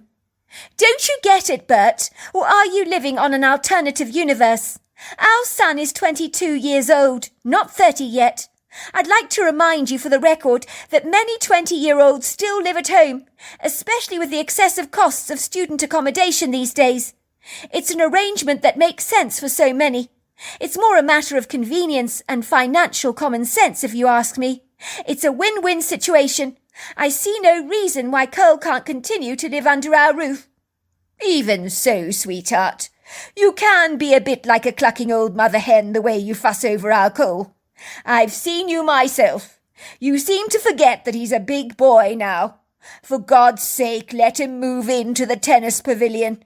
It'll do him the world of good to have his own independence. And for your peace of mind, you'll know exactly where he is." Cole's mother's shoulders slumped in a checkmate stance. Her lips were pinched. She looked offended.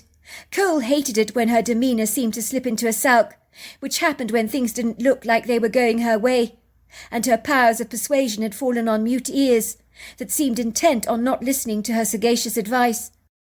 This was a battle she could not win, and defeat was not a happy word she gladly entertained. Even so, Cole, living not too far away from her on the same plot of land, was a lot better than losing him to some stinky student digs. "Are we that dreadful to live with, sweetheart?"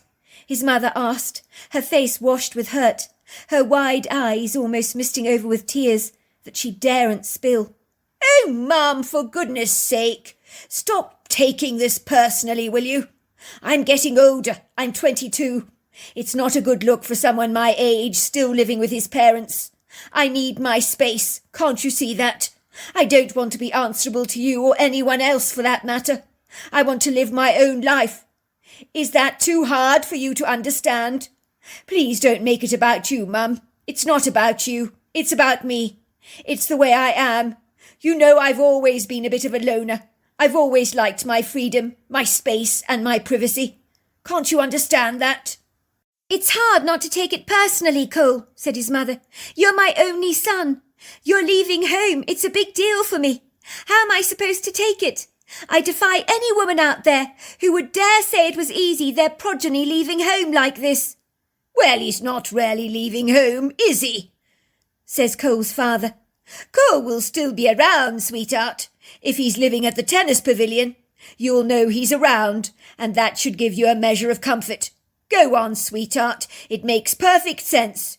You mark my words, once that tennis pavilion is cleaned up, it'll be a lot more inviting than most of those student digs out there. I think the old place will scrub up very nicely indeed.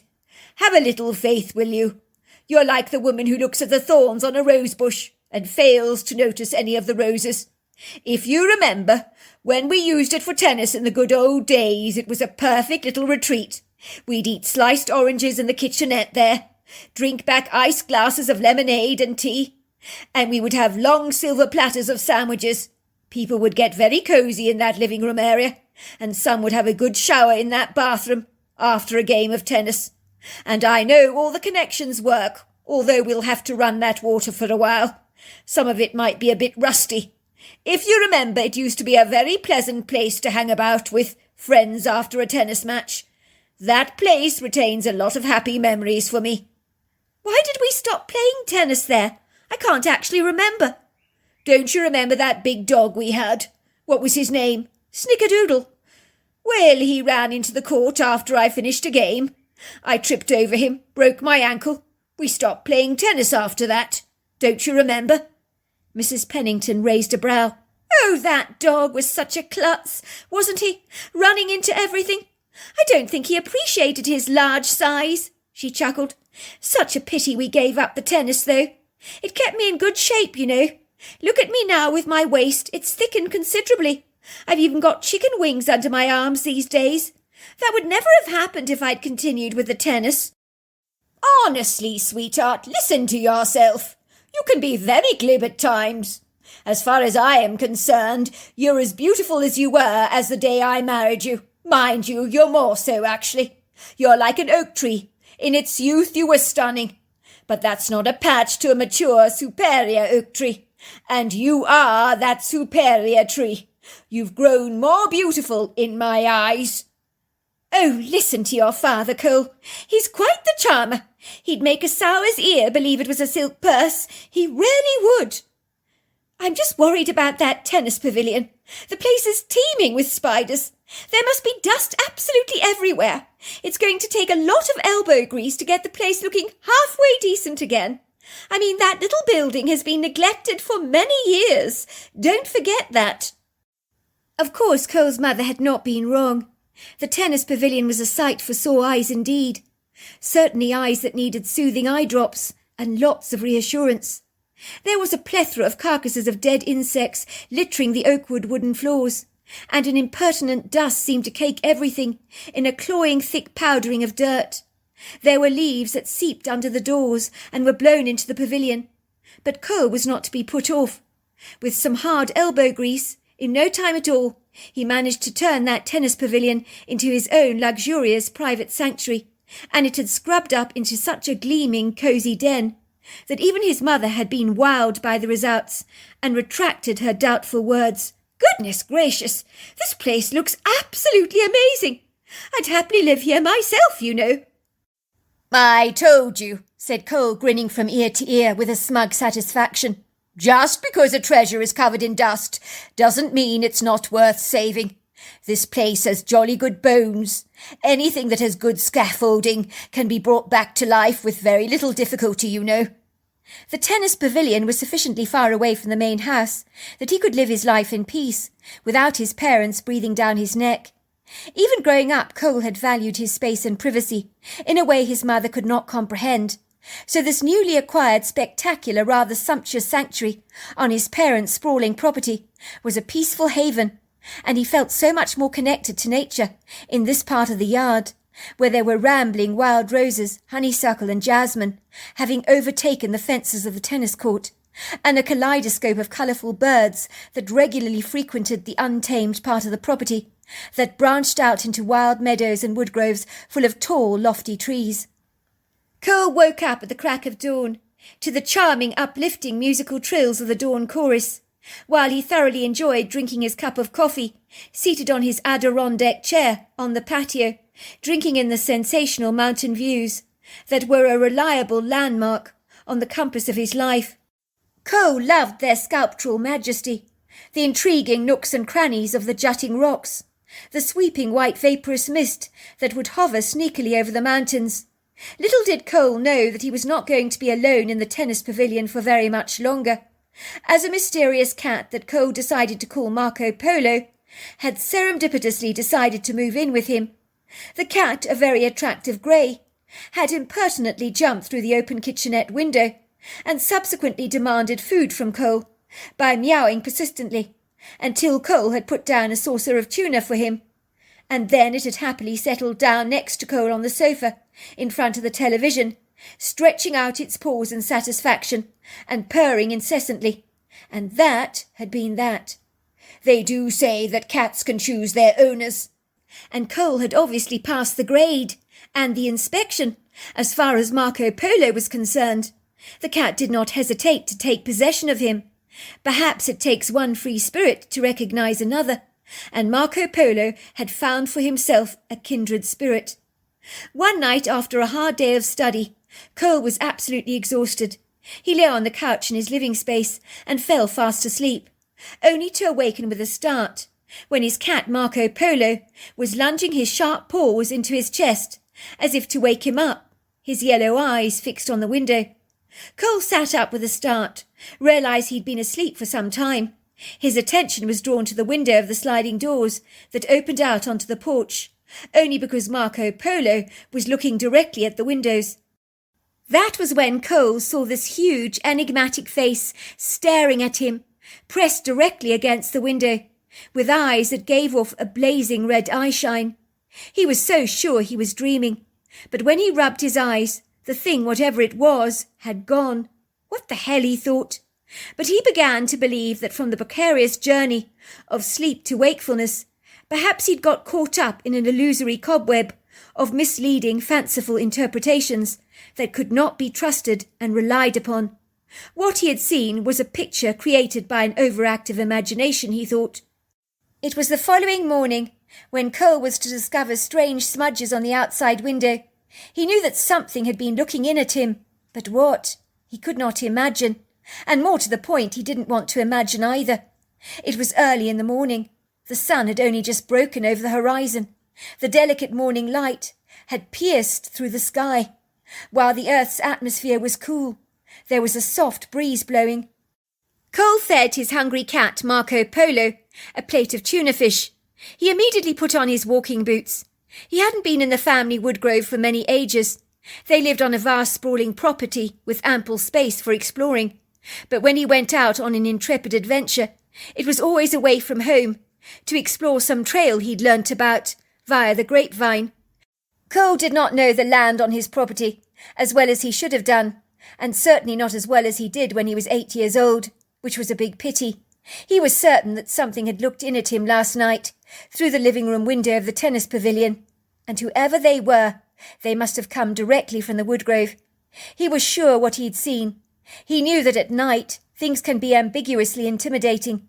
Your imagination can run awry and create in your mind ideas that don't actually exist. Let's just say he wisely reasoned that maybe some vagrant, realising the woodgrove was free from any prying traffic, had chosen to camp out on the property. It didn't sit well with him that someone could be trespassing on their land. He wanted to get to the bottom of this baffling mystery. Over the years his father had the property fastidiously tended to, the trails in the woodgrove cleared, the meadows often grazed by the neighbours' cattle.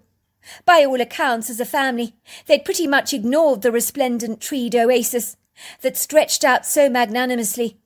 As a young boy he'd found a secret sanctuary he called his own special place.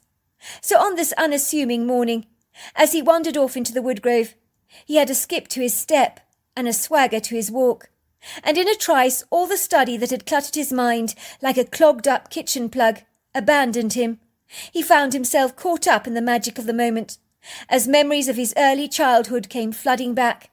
He was astounded by the growth of the trees, the rich forest fauna and flora, that lavishly littered the forest floor with a viridescent resplendence that this early in the morning, under the twinkling dewy light of early dawn, was eye-catching to behold, and simply took his breath away. The forest smelt of pine and wild flowers, and the lofty trees seemed to jiggle in the wind, swishing their verdant boughs as though dancing. Cole had seen deer scampering away from him as he walked down the woodland trail.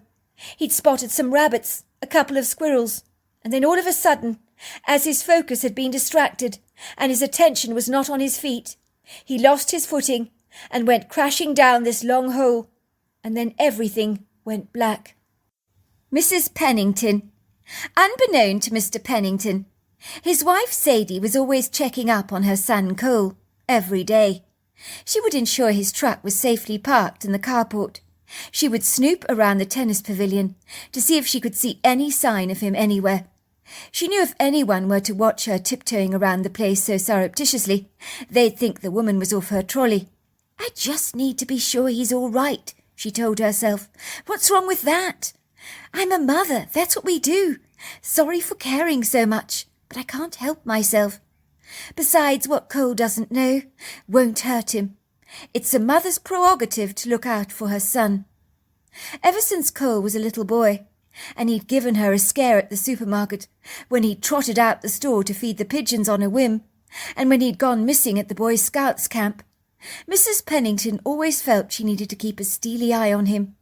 Even in his later teens, when her son had gone off on those solo camping trips, Mrs. Pennington had fought the sheets in her bed, wrestled with her nightmares, had been fraught with worry. She never shared her internal trepidation and grievous misgivings with her husband, as he would insist she was being ridiculous, far too overprotective of their son, very dramatic. But she was the one that had given birth to Cole. The intrinsic need to protect him from the moment he was born was all-consuming, and her husband could never really appreciate that. It was hard to let go of that nurturing instinct. Of course her husband was absolutely right. Cole was now 22 years old, but as a mother, Cole would always be her little boy, no matter what. Of course, if her husband was to know she was prying around the tennis pavilion with the stealth and cunning of a furtive robber, he wouldn't have been desperately impressed. On her clandestine snooping expeditions, of which there were many, she noticed the blonde girl that her son had brought over to the tennis pavilion over a dozen times, and ached to know if her son was in a relationship with this mysterious young lady. But she knew if she dared ask any questions, her prying would become all too evident. The cat that had arrived serendipitously in Cole's life had not been quite so serendipitous as Cole would have believed. It had all been part of a masterful plan from Mrs. Pennington's ingenious friend called Laura Atwood, who had encouraged her friend that getting Cole a cat that he thinks chose him as a companion would make it less likely for Cole to leave the tennis pavilion. Mrs. Pennington had nightmares of Cole going to a student's dig somewhere. Such a thought was too terrible to contemplate. How could she keep tabs on her son in such a chaotic environment like that? Laura confided to Sadie Pennington, in no uncertain terms, "All I'm saying, Sadie, that there is no doubt animals have incredible ways of keeping our children anchored to their homes. I know my Susie could not leave home for many years. She was far too attached to Snooky, you see, our beautiful little schnauzer, and as a result she stayed at our house indefinitely, so we had more fabulous years with our daughter under our roof." "You mark my words, Sadie. If you get a domestic tabby for Cole from the shelter, just slip him or her into the tennis pavilion window, and if the cat settles down with Cole, so will your son. He'll be less inclined to leave the tennis pavilion, especially if he gets attached to the cat. From what I've learnt, a lot of student digs won't accept pets, so it'll be a no-brainer for your son to stay on your premises indefinitely." "You really think it'll work, Laura?" Sadie had asked. "Well, I know it worked with our daughter. I told her that if she wanted to be with Snooky, she had to stay on our premises. Believe me, she was champing at the bit to move into a student digs. She couldn't wait to leave home. But Snooky, well, she couldn't bear to be apart from him. I'm not saying it'll work for you, but the way I see it, animals have pulling power, and anything has got to be worth a try. Sadie sighed. If my husband could hear us scheming like this, he would do his nut. I wasn't happy with Cole moving into the tennis pavilion, I have to say. You should have seen the place before it was cleaned up. It was a sight for sore eyes, let me tell you. It had been taken over by spiders. I even found a dead raccoon in one of the kitchen cabinets there. My husband was quick to remind me that Cole moving into the tennis pavilion was closer to home than a student digs, and I hasten to say, I keep snooping on him. You see, Cole, he's a free spirit, Laura. I worry that one day he'll take himself off on one of those adventurous jaunts, to never be seen again. I mean, think about those 411 cases. It's too dreadful to consider. Don't go there, Sadie. You'll only eat yourself up with worry. Don't imagine anything that hasn't happened. The way I see it, your Cole is a sensible boy. He knows what he's doing.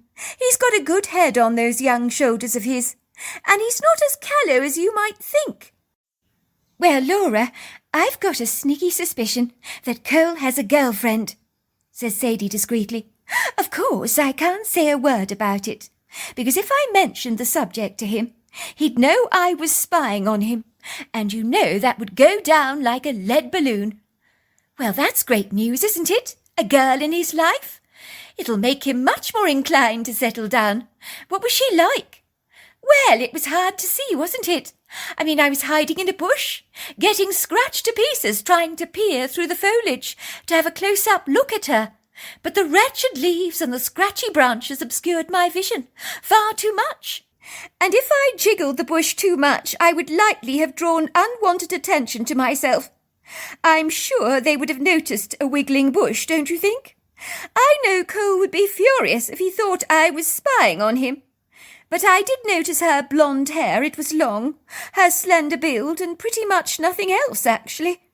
Laura looked disappointed. You could be describing 100 of university students that fit exactly the same profile. Not desperately exciting. Have you at least got a name for her, perhaps? No, I can't say I have. Oh, my word, Sadie. You think you're a good sleuth, do you? Said Laura, scoffing. Remind me never to hire your services if I ever think my husband is having an affair. He'd probably find you hiding in a bush himself, clicking away with your camera, wiggling the bush so much that everyone would observe you. That's mean, Laura, Sadie had scolded. Sadie had learnt of an elderly lady who had died, devoted to her cat Marco Polo, and now the old woman was dead. Marco Polo had needed a brand new home, and so even before she had surreptitiously delivered Marco Polo to the tennis pavilion, when she'd spoken to her son on his cell phone every day, she kept saying, Goodness gracious me, Cole, I don't know what's going on with me. I keep thinking of the name Marco Polo for some reason. It is rather peculiar. It keeps just popping up into my head like a cuckoo in a Swiss clock. Rather strange, don't you think? How extraordinary. That's a game, you know, her son had informed her. It's a game you play in the swimming pool. You do surprise me, his mother had said. Actually, I think it's quite the most magnificent name for an animal. A domestic animal, perhaps. A cat in particular, don't you think, son? Mum, laughed Cole, you do sometimes talk about the strangest, most peculiar things, if you don't mind my saying. All right, I admit that the name's got a ring to it. Marco Polo. Yes, it would be a good name for a cat. It had been 2 nights later, when with a cat basket in hand, Sadie had surreptitiously sneaked out at night towards a tennis pavilion. She could see her son watching some sport on television. He seemed to be quite animated by the score. Feeling confident that her son was sufficiently distracted, as he stood up from the couch and shrieked happily, telling the Colorado Buffaloes that they had it in the bag. This was Sadie's quintessential opportunity to strike while the iron was hot, to slip Marco Polo into the open window of the tennis pavilion kitchenette, and then she watched and waited with bated breath. Things went better than she could have ever expected. Before long, the happy cat was curled up on her son's lap, She could see a contented expression sweep over her son's face as he stroked the cat. "Oh, my God! He's bitten the bait! He wouldn't be leaving the tennis pavilion any time soon," she thought. When her son had strolled up to the house the following morning, she had acted surprised when he mentioned that a cat had moved in with him. "Would you believe it, Mother? He's so affectionate. He just strolled into the tennis pavilion, demanded to be fed. Then he lay on my lap, and I think he's here to stay. He's pretty much got his paws under the table." "Well, you know what they say, sweetheart. Cats choose their owners. He's clearly chosen you." Cole looked quite pleased by his mother's comments. "I think the cat's a keeper." "Well, he sounds quite wonderful. What are you going to call him?" "Well, it's rather amusing, actually, Mum. But the Marco Polo name you suggested the other day sort of remained in my head, I suppose. And I called the cat Marco Polo, and he seemed to like it. So I think I'm going to call him Marco Polo." "Well, it's a lovely name, isn't it?" said Mrs. Pennington, with a knowing twinkle in her eye. "Well, Mum, do you think I need cat litter? Stuff like that?" "Of course you do, sweetheart. But don't worry. I'll organise everything." "If you're sure," her son had said. "You're a star, Mum. I'll keep the windows closed for the time being. I don't want Marco Polo wandering off too far." "That's a very good idea," said his mother. 3 days later, Mrs. Pennington is very upset. She knows she should not get like this, but she can't help herself from worrying. It would seem that her son has disappeared off the face of the earth. Where is he? He'd normally give her a call on her cell phone every day, but he'd failed to call. His truck had not been collected from the dealership, as she discovered he should have picked it up 2 days ago after its servicing, but he had failed to show up. And then the mysterious blonde woman that she had observed through the bush the other day, who was clearly a girlfriend of her son's, had shown up at her front doorstep, confirming her very worst fears. "Hello, Mrs. Pennington," she had said, stretching out her hand to give it a shake. "You don't know me. I'm a good friend of Cole's. My name is Brandy Macpherce. I'm just very concerned about the whereabouts of your son Cole. I don't want to alarm you, but I haven't been able to get in touch with him. I can't get through to him at all on his cell phone. I don't know if you've seen him, but I don't know where he is. I'm very troubled because he hasn't been in touch with me, and it's not like him." The young woman burst into tears, and Mrs. Pennington led her into her house and got her to take a seat on the upholstered slide-in bench of the breakfast nook. "How long have you been seeing my son, Brandy?" she asked the young woman. "About 9 months." "Oh, my son is such a dark horse. He's never mentioned you. It's so typical of him. He just wasn't ready to introduce me to you guys yet, but I'm glad to have met you now. I'm so worried. I have no idea where he could have got to. He didn't show up for classes. No one has seen him around the campus. He didn't pick his truck up from the dealers after it was serviced. So something has gone awry. He told me about his new cat, Marco Polo. He'd never have abandoned his new pet." "I will level with you, Brandy," says Mrs. Pennington, her hands quivering. "I'm worried sick myself about my son. He always tells me to keep my nose out of his business. I try not to pry on him, I really do, but I've noticed he's not been around lately. I've been taking care of that cat of his, giving it a lot of attention, and I have to say there are no signs of life in that tennis pavilion, which is very curious indeed." "When did you last see him?" "Well, in truth, it was about 3 days ago." "Something's off," says Brandy. "I can smell it. I feel it in my guts. We need to call the police." It was 15 minutes later that 2 police officers came to the front door to ask questions, and Mr. Pennington, who was busy at the computer, had glanced out of the window briefly when he heard the swoosh of tyres crunching the gravel outside the house. He was more than a little perturbed. "What have you done, Sadie?" he mumbled under his breath, feeling the annoyance surfing through his veins. Why didn't his wife listen to him? She knew that Cole could take off at a moment's notice, but he guessed his wife had reported him missing. She had kept dropping random hints that she was rather worried about their maverick son, who was perfectly capable of looking after himself, thank you very much. His wife was embarrassing herself, calling the police around like this on a wild goose chase, giving the poor men a wasted journey. His son was the carbon copy of his own father, and if he had $1 for every time the police had been called to investigate his father's disappearance over the years, he'd be a very rich man indeed. He watched curiously as the 2 police officers climbed out of their truck. One of them was adjusting his holtie as he straightened up his back. They ambled towards the front door with an air of urgency in their demeanour. Mr. Pennington sighed. "Oh, my wife," he sighs again, a frustration irking his sense of calm. "Why won't she ever listen to me? I'm going to have to fix up this mess." He closes his study door behind him, gliding down the ornate sweeping staircase to meet the 2 policemen in the entrance hall. "What's going on, officers?" he asked, his mouth turning downwards into a scowl, as he glanced at his wife, who's refusing to meet his gaze. She's standing next to a blonde-haired young lady, who seems equally as distressed. "I've called these very nice officers over to the house, darling. You see, I'm very worried about our son Cole. He's completely vanished. No one knows where the hell he's got to. I'm so terribly worried about him. No one has a clue where he is." "Sweetheart," said Mr. Pennington, "you know what our son is like. He's an intrepid adventurer by nature, just like my father was, spontaneously going off to explore the wilderness. He's possibly on the Colorado Trail for a couple of days, even as I speak.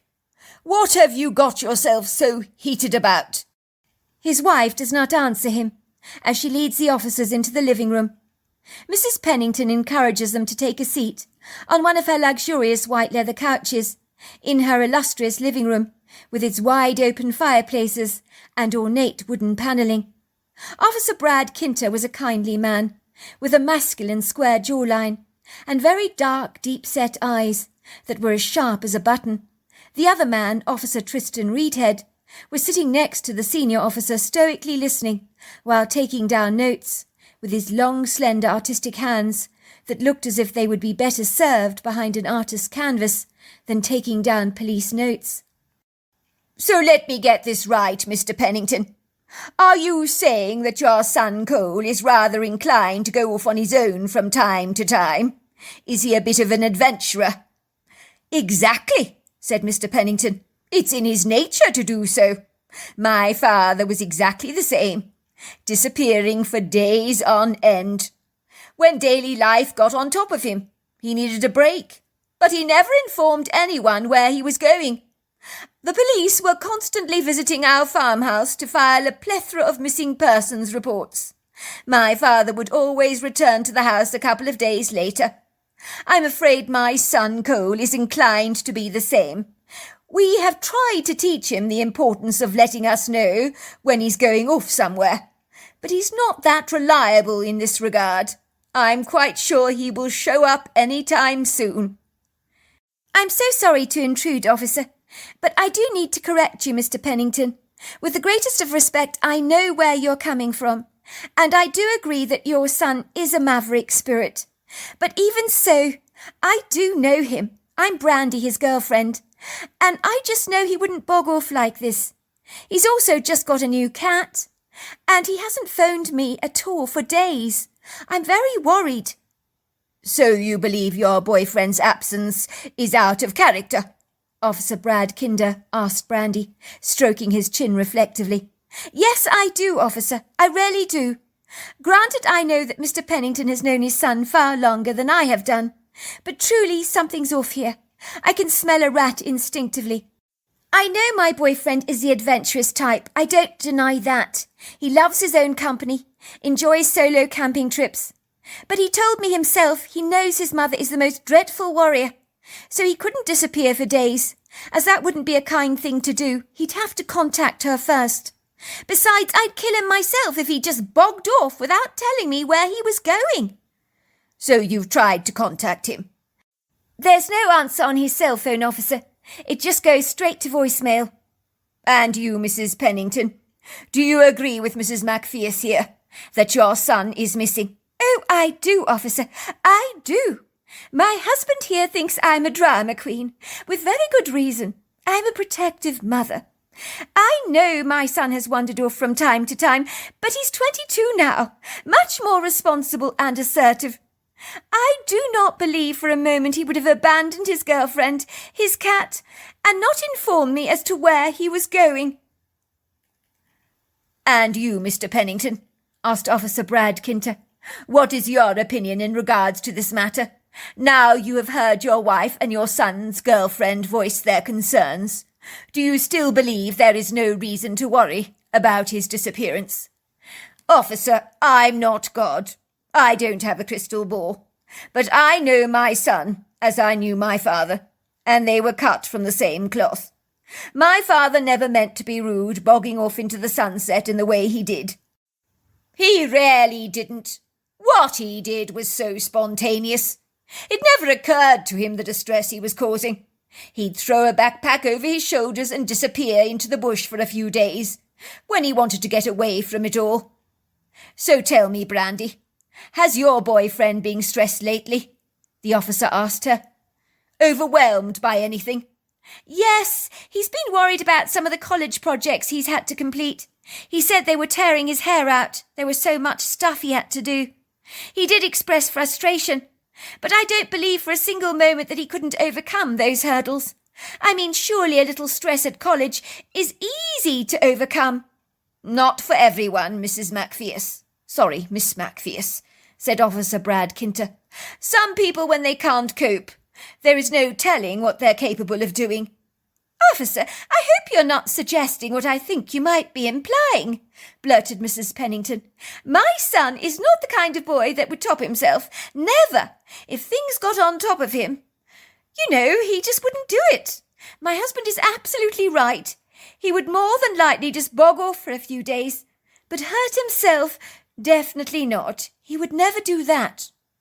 Mrs. Pennington, I put it to you theoretically that your son is very overwhelmed with his coursework at the moment. He could have been distracted, in a distressed state of mind, rather overwhelmed, so he failed to let anyone know where he was going. He needed to get away. Perhaps he's a chip off his grandfather's block. So it's likely that this is what he might have done. I just need you to appreciate that this is a real possibility. Your son is 22 years old, and I'm sure a very capable young man. And as your husband wisely suggests, he could have easily wandered off for a while. In other words, he could walk through this door even as I speak. Officer, I don't mean to be rude, but you have no idea what you're talking about. You really need to take what I'm telling you seriously. Let me make my position with you absolutely clear. My husband may think my son has gone away for a few days, but I don't. Something's off. I want you to do your level best to find him for me. I'm of the opinion that he's landed up in some kind of trouble. He needs our help. Officer, why has my son not picked up his truck from the dealership? Why has he not phoned his girlfriend or me? And why has he not looked in on his cat? Rest assured, Mrs. Pennington, we will do everything in our power to locate the whereabouts of your son. We will make the necessary inquiries on the Colorado Continental Divide Trail if anyone has seen a young man fitting his description hiking. We will check his withdrawals from the bank, check he hasn't taken any local flights anywhere, search the tennis pavilion, and, of course, the whole property. We'll scan it all, see if we can get any answers for you. Thank you, officers. I really appreciate this, she'd said to the two men. No trouble, madam. I'm just doing my job. But if I may give you a word of advice, I would say keep calm during this time. Many people on missing persons investigations reappear. So don't waste your energy brooding or getting very upset until you have good reason to do so. Thank you, officer. You've been most kind, she'd said gratefully. Mrs. Pennington was furious when the police had left the house. Her husband had been so nonchalant and dismissive about her son's disappearance. Why the hell did you act so nonchalant? How could you? She barked at her husband, not caring that Brandy was witness to their altercation. What are you talking about, sweetheart? You have the audacity to undermine me and Brandy here. You keep insisting our son has just taken off into the sunset. Now, thanks to you, they're not going to take this missing persons investigation very seriously. I better go, said Brandy, looking rather uncomfortable. Keep me posted, Mrs. Pennington, if you have any updates. Will do so. Cole's account. I knew I'd fallen down a long hole and banged my head as I'd hit the bottom of something very hard. There were times I'd almost wake up, but not quite.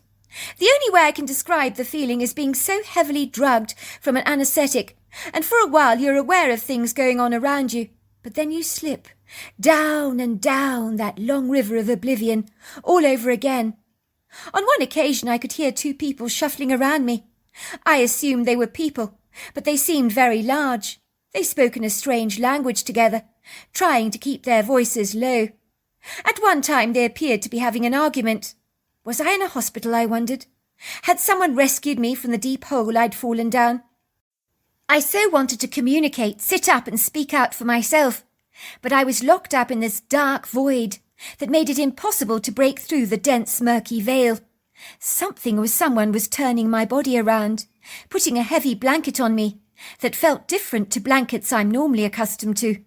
I didn't smell the anaesthetic smells you would smell in a hospital, nor did I hear trolleys or the tinkling of cutlery that you would expect.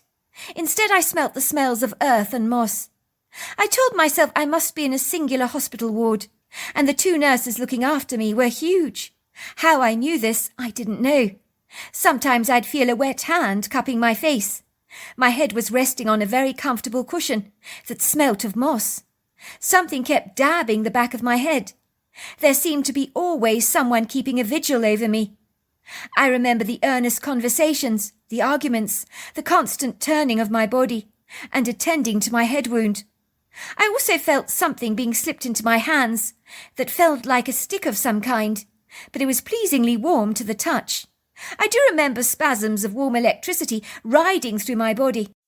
In truth, I assumed it was some kind of high-tech procedure being used in the hospital to lift me out of my catatonic dissociation and mental withdrawal from reality, from which I was desperately trying to awaken. I was trying to fight it, and the only way I can describe it to you is falling into a frozen lake, and all you can see is an icy wall above your head. You're desperate to break through that icy wall, to get to the surface to breathe again, but you cannot find a way out. That was how I felt, in this peculiar catatonic kind of state. At one point in time I did sit up, and I found myself staring at this huge ambiguous creature with a human face. She towered at about 7 to 8 feet tall, was burly and stockily built, looking at me through deep-set, dark, treacle-coloured eyes that registered great concern. But as she moved over towards me, my fatigued eyes that could barely stay open slipped into the empty, vacant limbo of my dreams. I remember thinking, bloody hell, was that real or not? What was that thing I saw? A hairy human lady built like a giant. I do remember, quite a long time later, although I can't be sure how long, there was a point when the excitement around me seemed to reach a fever pitch. It sounded like there were 4 foreign people chattering about me very excitedly, as if they were very pleased about something. Then I felt myself being hauled into powerful arms, and after that I remember nothing at all until I woke up in a hospital bed, surrounded by an ocean of questions that I simply was not capable of answering. Everything was so blurry, so incredibly confusing. The doctor came in to see me. He informed me that I had taken a very large bang to the head, and my brain had been bruised, but I would make a full recovery. You've been unconscious for about 5 days, I suspect. 2 days here, and 2 days spent in the woodgrove on your property, where you were found by the sniffer dogs that were looking for you. You were found lying under a large oak tree there. What I want to know is how you managed to remain unconscious for 3 days under an oak tree, without being taken advantage of by the local wildlife, scavengers, so to speak, like coyotes. I don't think I was under a tree. I think I fell down this long hole, I told him. I was informed you were found lying unconscious under this tree. Furthermore, your open head wounds look as if they'd been treated by a herbal poultice. I'm of the opinion that you were not under that tree for 3 days, as you say. Someone has helped you. But who? That is the $1,000,000, rather intriguing question. Sorry, Doctor, you've lost me. What is a herbal poultice? I don't understand. Well, it's like what they did in the days of Socrates. They'd make poultices out of natural herbs to heal the wounds. I have to say, someone with an ancient knowledge has been making you a very good poultice indeed. I'm a big believer in natural medicine myself. Some of it is far more effective than the alternative therapies we use today. The trouble is the big pharmaceutical industry cannot patent anything that comes from nature, so there is no big money to be made in sourcing materials that come from the natural world. More's the pity, let me tell you. But I daren't make my opinions known. I'll be struck off as a doctor, if I did. Needless to say, I placed the poultice into a little container. I sent it to a friend of mine who is a herbalist. She says she can't identify many of the herbs, which she has never ever seen before. But she says whoever put the poultice together on you knew what they were doing. They have an advanced knowledge that is lacking in our society today. I hasten to say there is no inflammation. Your head injury is improving stupendously, but you really have no idea who treated you. They did a sterling job. I'm incredibly impressed. No, I don't, I said, looking at the doctor bemused, and remembering the time I'd smelt moss and earth around me, people speaking in a strange language, and the presence of 2 very large nurses. Doctor, do you have any staff working for you that are foreign and very, very big? I asked him. What do you mean, foreign? What do you mean, big? Well, speaking a strange language. Well, we have other nationalities working in the hospital, of course, but they always speak English in the hospital. And what do you mean by big? I just got the impression that someone foreign was watching over me. He was very big, or she was very big. You know, tall, muscular. The only one that would fit that description is Terry Mullingry, but he works in paediatrics. He wouldn't have attended to you, that's for sure. The man is a beefcake, let me tell you. I mean, he's big, possibly 6 foot tall, weighs over 250 pounds. A strapping lad he is. He's involved in all the heavyweight lifting and stuff, but he's not foreign. He's from Pennsylvania. No, I'm talking about someone much bigger than that. Much bigger. The doctor's eyes almost pop open. How big are we talking about? Asked the doctor. I don't know. About 8 foot tall, I suppose. The doctor chuckled. No, it's your mind playing tricks on you, young man. Do you know anyone who's 8 foot tall? I don't think so. Unless we're talking about the tallest man in the world. His name was Robert Waslow, I believe. He grew so tall due to the issues with his pituitary gland. He continued to grow as an adult. He died at about your age. You're 22, are you not? I nodded. I saw a picture of the man. Normal people came up to about the top of his legs, you know. I believe his weight reached 439 pounds. He was very skinny, you know. Can you imagine that? Imagine never being able to stop growing. Let's just say his foot size reached a whopping 1 foot 6.5 inches. Very big. When the cheerful, upbeat doctor had left my side, I was left feeling rather bemused and nonplussed. It would seem that something had been caring for me, after I'd fallen down that long hole, hitting my head on the ground below. But what and who had been taking care of me? How had they managed to rescue me and to treat my head wound with a poultice that had left a herbalist stumped? It was incredulous. It was then that I remembered the dark, indeterminate, ambiguous figure of my dreams, that had seemed so vague, so hazy, so shadowy. Were they part of my dream, or had they actually been real? When I returned home, my mother insisted on waiting on me at the tennis pavilion, and my girlfriend visited me regularly. It seemed she and my mother had developed a strong bond and had hit it off. I noticed my father was in the dog box with my mother, who kept giving him "I told you so" looks. "Thank God I called the police," said my mother. "If those sniffer dogs had not found you, God only knows what would have become of you.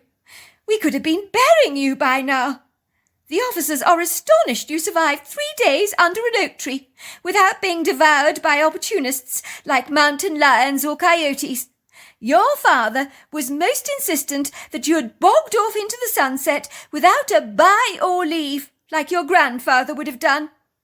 Indeed, your father almost got the police to buy his story, but I put my foot down, I did. Didn't I, Brandy, dear?" my mother said, rolling her eyes at the back of her head and giving my bashful-looking father some rather victorious, smug looks. My father stood there like a sorrowful dog that had been told off by the owner for stealing the fillet steak and was looking very disgruntled. But my mother didn't care. She enjoyed having the last word for once. "That's right," said Brandy. "Your mother was absolutely amazing, Co. She got the police out there, and the sniffer dogs, they found you."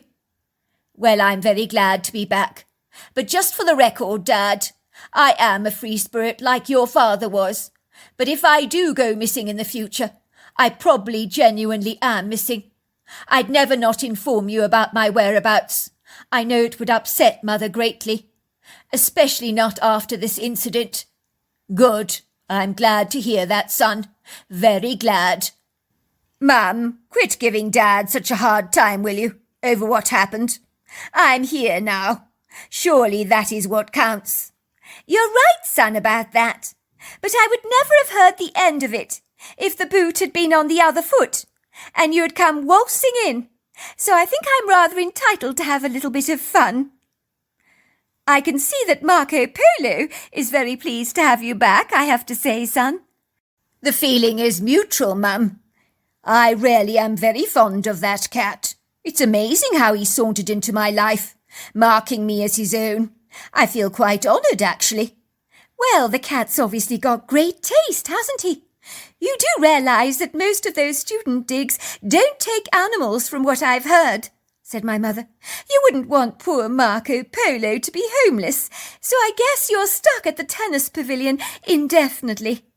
Mrs. Pennington, believe me, the tennis pavilion is paradise compared to student digs." "I know," said Brandy, interceding. "I doubt your son would ever want to leave the tennis pavilion. It's so cool in there." "Glad to hear it," my mother said, purring to herself more loudly than Marco Polo. But if anyone heard her, no one said a word. 2 weeks later, I'm lying in my bed in the tennis pavilion. I hear a strange knock on my window. It sounds like a branch beating against it, but it certainly got my attention, and I sat up. I noticed that Marco Polo's eyes were fixed on the window, like 2 opulent yellow sapphires, shining brightly. The knocking sound persisted, so curiously I climbed out of the bed. It was a bright summer's night. The weather was warm and congenial, but the oakwood floor was cool on my feet. I slipped them into my slippers and grabbed my torch and walked around to the tennis stadium. There was no wind blowing. Nothing was there, but something had knocked at my window. I was certain of it. It had felt and sounded deliberate. I got the overwhelming sense I was not alone, and that something was watching me. But as my torchlight scanned the fence of the tennis court, along with the distant wood grove, I could see absolutely nothing, and I wasn't satisfied. My curiosity had been ruffled like a pigeon's feathers. My senses were alert, like a snake's flicking tongue when it senses its prey. As strange as it may sound, I felt as if in my mind a distant voice was calling me from a long way away. It was not a voice that belonged to me. It sounded like it came from another world. The experience was so extraordinarily bizarre that I couldn't return to the safe confines of the tennis stadium. I was actually so enamoured by this. It seemed so peculiar. Something was going on, but I couldn't fathom what. Some mysteries need solving, and this was one of them. I walked over to the back of the tennis court, behind the fence that was overgrown by a tangle of wild rambling shrubbery, from wisteria, roses, honeysuckle and jasmine. The tennis floor was asphalt paving. It had been broken apart, Patches of grass had plundered audaciously through the ground, conquering the asphalt's fixative hold. And that was when I saw the white pebbles my mother used in one of her botanical arrangements that led directly in a long vertical line into the woodgrove, as if they were meant to be followed. My thoughts were, what the heck? But I followed the trail nevertheless, and there she was, welcoming me with her warm, treacle-coloured eyes.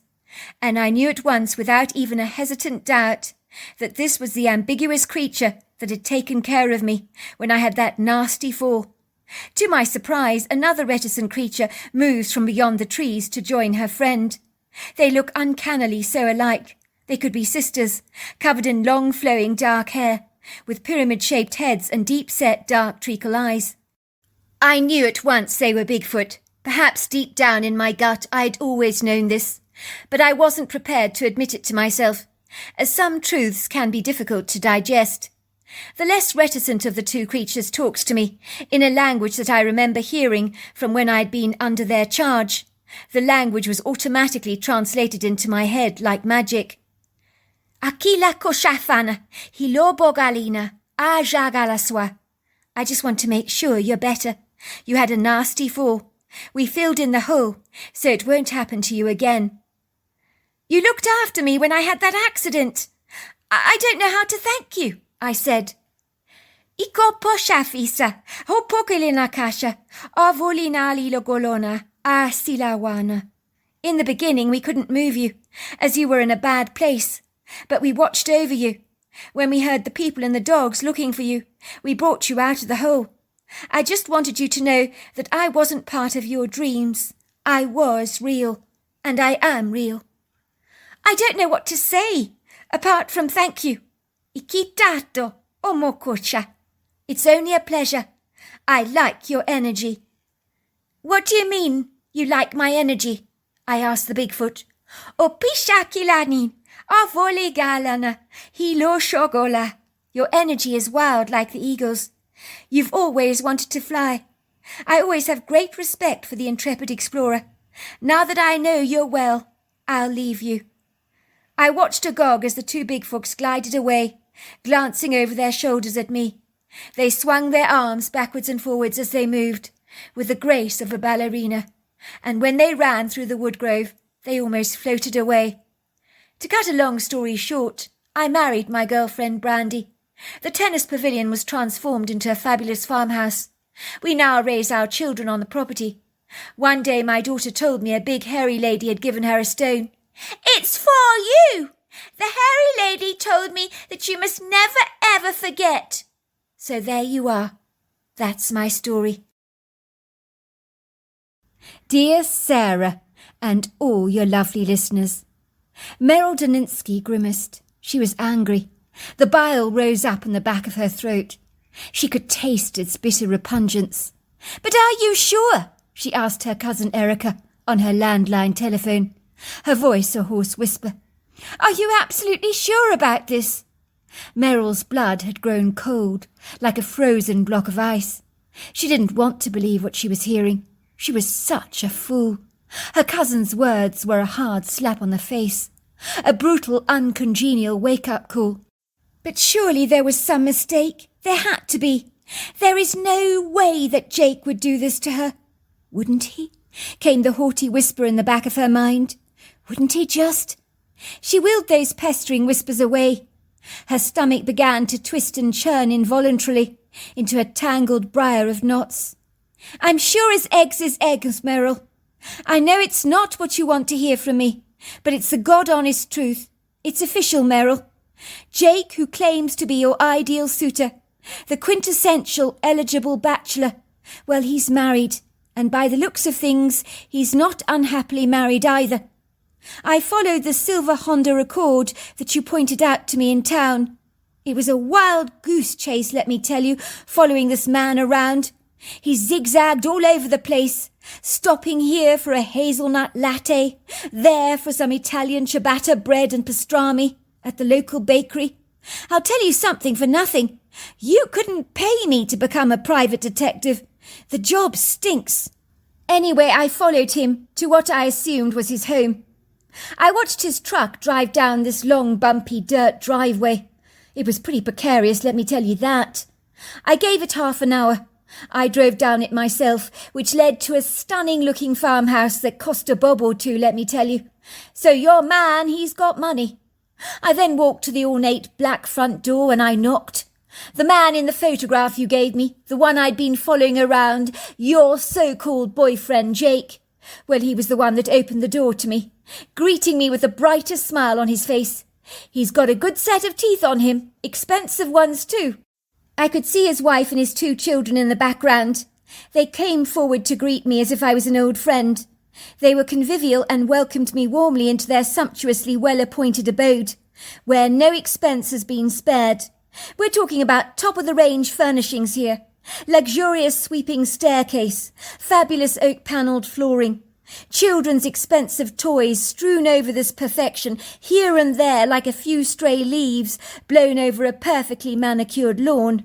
You know the kind of thing I'm talking about. Well, I told them I was looking for the local nursery that sells indigenous trees, that I'd lost my way somehow. I had to make up a very convincing lie on the spot.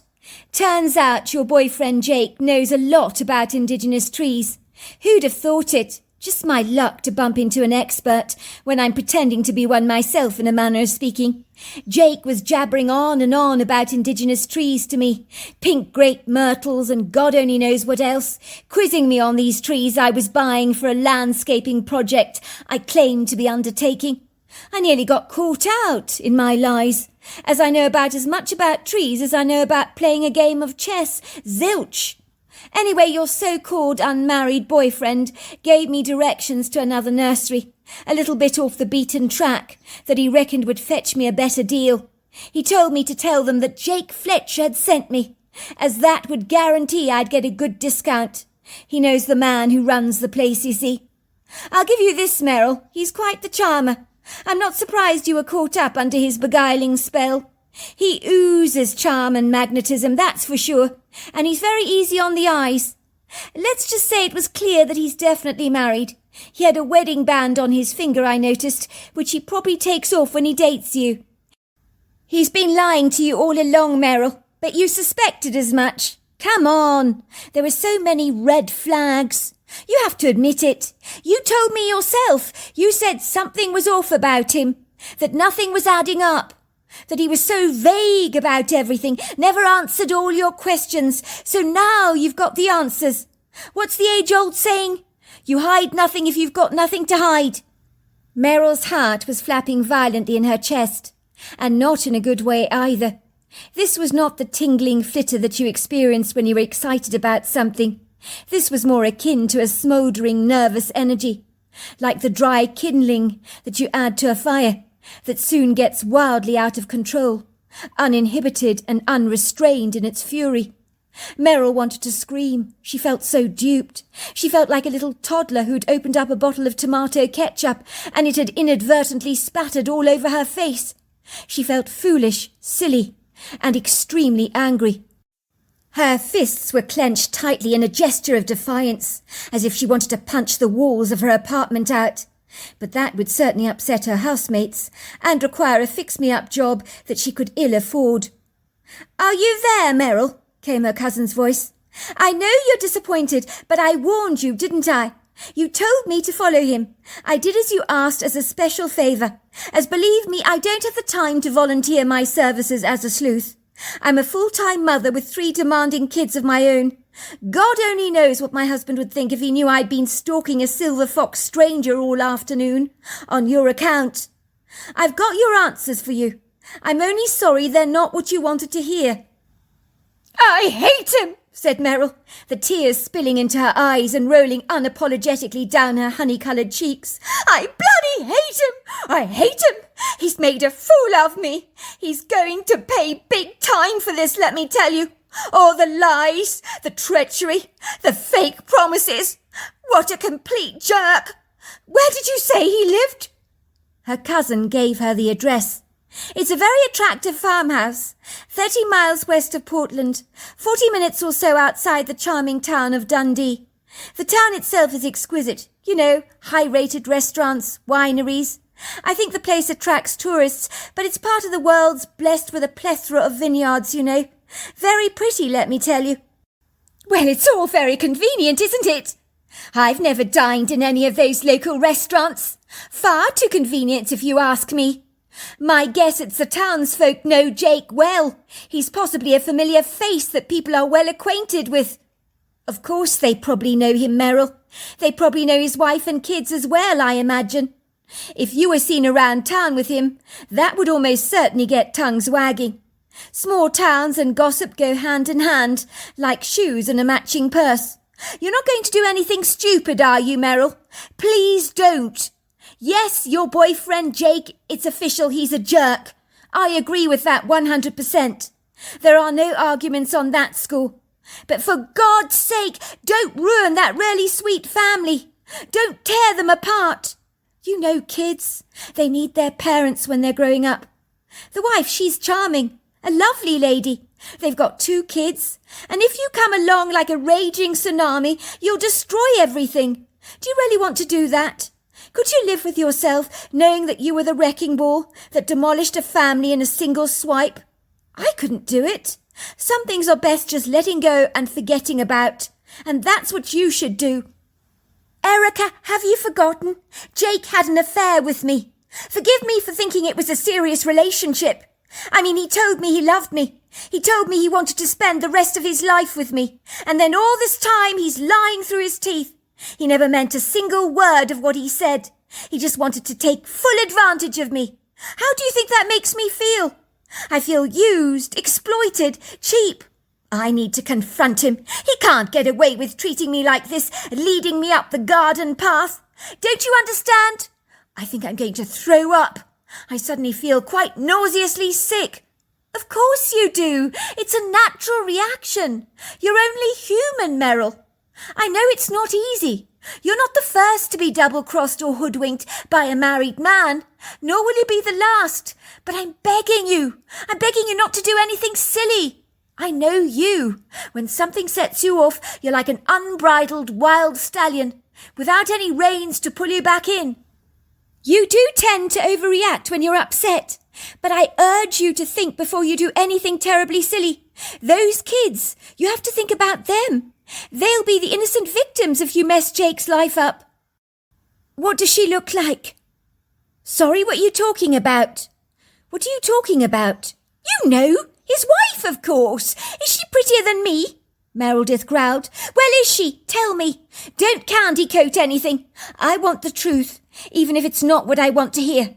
I'm a big girl now. I can take it. There's a long, drawn-out, uncomfortable silence at the other end of the line, which made Merrill squirm like a speared octopus. His wife was pretty. She knew it. Well, she's attractive. You know, different to you. More classically conservative, chic, elegant. You're well more... I'm more what, Erica? Spit it out while you're at it. Don't hold back on my account. I'm more what? Well, you're more sexy in the way you dress. You show more flesh. You're suggestive. His wife is polished, sophisticated, prim and proper, if you know what I mean. More modest in her clothing. I doubt she'd wear anything low-cut. She'd consider it vulgar, lascivious, wanton, in poor taste, I suspect. She's classy, stylish, you know. How dare you, Erica? I thought you were on my side. Are you saying I dress like a tart, letting it all hang out? Is that what you're suggesting? No, I'm saying his wife was wearing designer jeans, a very tasteful cotton shirt. You're more like a Vegas showgirl, exotic, flamboyant, sexy. There's nothing wrong with that. You're different. You're more uninhibited, provocative, you know. No, I don't know. I'm warning you, Erica. You're digging a big hole for yourself. Be very careful what you say next, because I might not be your friend after this. You're walking on eggshells, even as we speak. I'm your cousin, Merrill, not your friend. You can hardly drop me like a pancake in a griddle. As come what may, I'm still your cousin, and nothing ain't going to change that. You're stuck with me, Thanksgiving and Christmas, whether you like it or not, so we can hardly be enemies. Oh, can't we just try me? Don't be like this, Merrill. Don't take it personally. Let's face it, how did you meet this boyfriend of yours? You need to think about that first. You didn't meet him on some formal, classy dating website for up-and-coming young professionals who are seeking a serious relationship that could ultimately lead to marriage, did you? You know how I met him, Erica. Did I not tell you the story? Or were you not listening as usual? Why does that not surprise me? For your information, Jake is a top CEO for a corporate company. The men at his work ordered a present for him on his birthday. A joke present. I arrived on the scene having been recruited by the agency as a kissogram. So I did a sexy dance for him when I popped out of the wrap box with a large big bow around it that Jack had to open. And then ba-ba-ba-boom, there I was. I gave him a big fat kiss on the cheeks. He was terribly surprised. Everybody cheered, hooted with laughter, and took tons of pictures. You know the thing. Jake invited me to join everyone for champagne and cake. What were you wearing when this happened? Forgive me, I'm trying to picture this in my head. I was wearing a diamante leotard, high-heeled shoes, with Playboy bunny ears on my head. It was quite romantic, actually. Please, romantic? Meryl! That's not romantic. Not a chance. Romantic is when your hat blows off in the wind and a tall, dark stranger retrieves it for you on a magnificent beach with the sunset in the background and your eyes meet. That's romantic. I told you, Meryl, I'm not being funny, but don't you see the kind of job you're doing is not going to make men take you seriously? If you pop out of a present like a jack-in-the-box and perform a sexy dance for a CEO of a large corporation and give him a big fat kiss on the cheek, if that same man takes you out for dinner and wants to see you again, I don't think long-standing relationships are on his mind, do you? The way you've presented yourself, Meryl, is fun, sexy, flirtatious, but not serious. He possibly sees you as a frivolous bit of silly, light-hearted entertainment on the side. I know if I was a man, I've got to say this, that's how I would perceive you. You've got to remember he has a high-powered, stressful job. Your jumping out of a box was fun, wasn't it? But that's about it. I mean, a trip to the fairground is fun. But how long are you really going to want to hang out on one of those Ferris wheels? What are you implying? That I'm a cheap floozy or something? That's rich coming from you, Erica. I'm not implying anything, Meryl. I'm being real with you. I know it's going to hurt what I tell you, but it has to be said. If you're going to take up this strange kind of employment, popping out of cakes and boxes... It's called a kissogram, growled Meredith. You make it sound as if I'm doing a striptease. I'd never do that. This is completely different. Well, whatever you call it then. But no one takes a job like that seriously. How could they? I mean, if a girl rocks up at your office wearing a pair of bunny ears on her head and a glitzy swimming costume, would you ever consider her wife material? I think not. Your mother's been very worried about you, Meryl, for this reason. She was so upset when you ditched college. She confided in me that the kind of jobs you are doing are going to attract the wrong men in your life. Your mother's a shrewd woman. She knows the score. She knows how men think. I have warned you for ages that there is something not right about a man who claims he's not married, but never invites you to his apartment, never tells you anything about his family or about where he lives or his life, but skirts over everything like a skateboard over a bump in the road. You knew something was up. You told me yourself, Meryl. Your boyfriend was far too evasive, far too ambiguous. You smelt the odour of deceit, otherwise you wouldn't have begged me to follow him, would you? I know you're right, Erica, but don't you see, I loved him. I mean, I thought he was the one, and now this has to happen. It's so unfair. But did you really love him, Meryl? Do you even know the meaning of the word love? You said that about the last man you dated. What was his name? Neil Reagan or something. You were so dewy-eyed about him, weren't you? You told me he was the man of your dreams. You wanted to spend the rest of your life with him. But it turned out he was cheating on you with 3 other girls. You certainly know how to pick them, Meryl. I'll give you that. Meryl groaned. But don't you see? This is different. I really, really love Jake. Look, Meryl, my guess is you don't really know much about him. What is his favourite football team, for example? What is his best holiday location? His favourite pastime? Do you know personal details about him? No, I can't say I do, but then he never talked very much about himself to me. Well, there you go. You know absolutely nothing about him. Now I need to go, Meryl. I have to pick my daughter up from ballet. I'm begging you, and I mean begging you. Please don't do anything stupid. Jake's kids are so sweet. I met them. Don't mess their lives up. He's got a cute little girl of about 7, a boy of 9.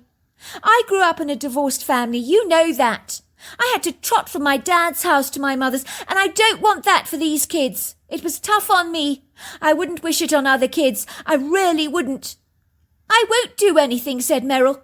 Good girl. I knew you'd see sense. Meryl was now growling when she put down the landline. Erica had no idea the level of wrath she would like to unleash on that snake in the grass who had declared his love to her. Indicated that wedding bells might be ringing in the not-too-distant future, told her everything she wanted to hear, but it had all been such a dreadful, insidious lie. How on earth was she going to deal with this? I'm sorry, Erica, she said to herself under her breath, but I can't just sit back and do nothing about this. I just can't. I'm going to confront Jake in front of his wife. She deserves to know what a scallywag she's married to. I can't wait to see the shocked look on his face when I fortuitously rock up at his front door. He deserves everything he gets. Meryl was such an impetuous person, always had been. She was one of those people that just went head-on into things, like a bull in a china shop, and to hell with the consequences. Meryl did not give Jake's children a fleeting thought. She had no time for children, had always thought them rather annoying, never intended having any of her own. They cost money, a lot of invaluable time that she could well devote to spending on herself. Children meant added expenses, wasted money, thrown down the pan, that could have been used on more worthwhile pursuits, like buying her next designer purse. Meryl did have brains, of course, but the trouble is she was so easily bored that her threshold of concentration was fleeting, which meant she found it difficult to focus on a college degree, which went flying out of the window when she lost interest, along with a number of other jobs that she had acquired along the way, that sadly required punctuality and a level of concentration. The kissogram job had been a gift from the gods, sent from heaven on a gold auspicious cloud. She dressed up in a box, was paid for the privilege, and if it wasn't for that job, she'd never have met a man like Jake, a man of his great caliber. Men like him didn't show up on dating websites. So the kissogram job had come with a silver lining. In her heart she knew her cousin was absolutely right. Jake only wanted to use her for a bit of fun on the side. He had spouted everything she'd wanted to hear, like the water from a whale's blowhole, but it didn't mean it was actually true. Jake was obviously an adept, master manipulator. She'd expose him for the perfidious, traitorous, double-crossing man he actually was. Perhaps that's what he did in his proficient negotiations with his company, persuaded his gullible clients that his irresistible deal was the very best, and promised them the pie in the sky, which didn't actually exist. It was charismatic, duplicitous men like him that could promise you that you had gold in your pockets, but when you reached inside your pockets, you'd only pull out a tarnished-looking penny. It really sucked. Meryl was determined to get down to business. There was no time like the present. She did not care that Erica thought she was like an unbridled horse, gunning for the goalpost, with no goal in sight. She knew she needed to do what she was going to do. If she regretted it later on, then so be it. She was very selective about what she was going to wear tonight. It was very important. She wanted Jack's wife to show her some respect. But after Erica's condescending description of her brassy appearance, she realised all her clothes were a little on the revealing side, and might give off the wrong impression to Jake's wife. So she clandestinely raided her friend's wardrobe to get something more modest to wear. Meryl shared an apartment in Portland with 2 other women, a nurse called Janine, and a young woman called Christine who had an office job. Christine was 2 sizes bigger than Meryl, and always wore very sensible clothes. Meryl discreetly took out one of Christine's tailored tweed-looking skirts that she wore regularly on more formal occasions from her closet. She pulled out her sewing machine, studiously making the skirt to measure, removing a great big chunk of material from it, which she tossed into the bin. When poor Christine tried that skirt on again, she'd be mortified. She'd think that overnight she'd piled the pounds on. There was no way Christine would ever fit into this skirt again. But Meryl would not volunteer the information that she had surreptitiously altered the skirt, as Christine would then do her nut. She was exceedingly possessive over her clothes. Meryl examined her reflection in the long mirror. She didn't look like a Vegas showgirl now. She looked like a woman wearing something matronly, but that didn't matter. I look like a high-flying business executive, she told herself. Everyone took business executives very seriously, didn't they? The tweed skirt with the white cotton shirt and the black pumps looked classically conservative, she decided. She began to act out what she was going to say when she saw Jake's wife. She'd walk to the front door, knock on the door and say, "Hello, my name is Meryl. I've been having an affair with your husband." She decided the look was rather good, and was in no doubt that Jake's wife would take what she had to say very soberly. She felt a sense of smug satisfaction about wiping the smile off Jake's face once and for all. She'd show him exactly what you get for messing around with the likes of her. It's karma, she told herself vehemently. It's karma.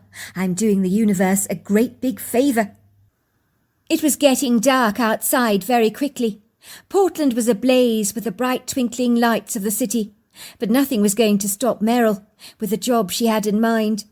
If she visited the couple at night, the kids would be tucked safely away in bed, and she could say her piece and extract her revenge on the man who dared to break her heart and promise her the earth and more besides. Before long, Meryl was driving through Portland towards the town of Dundee. The property she was looking for was about 40 minutes away from the town, and situated in a turn-off on a rather dusty road, which had not been asphalted and was begging for some attention. Her battered old Mazda shuddered and shook, protesting every single manoeuvre it made.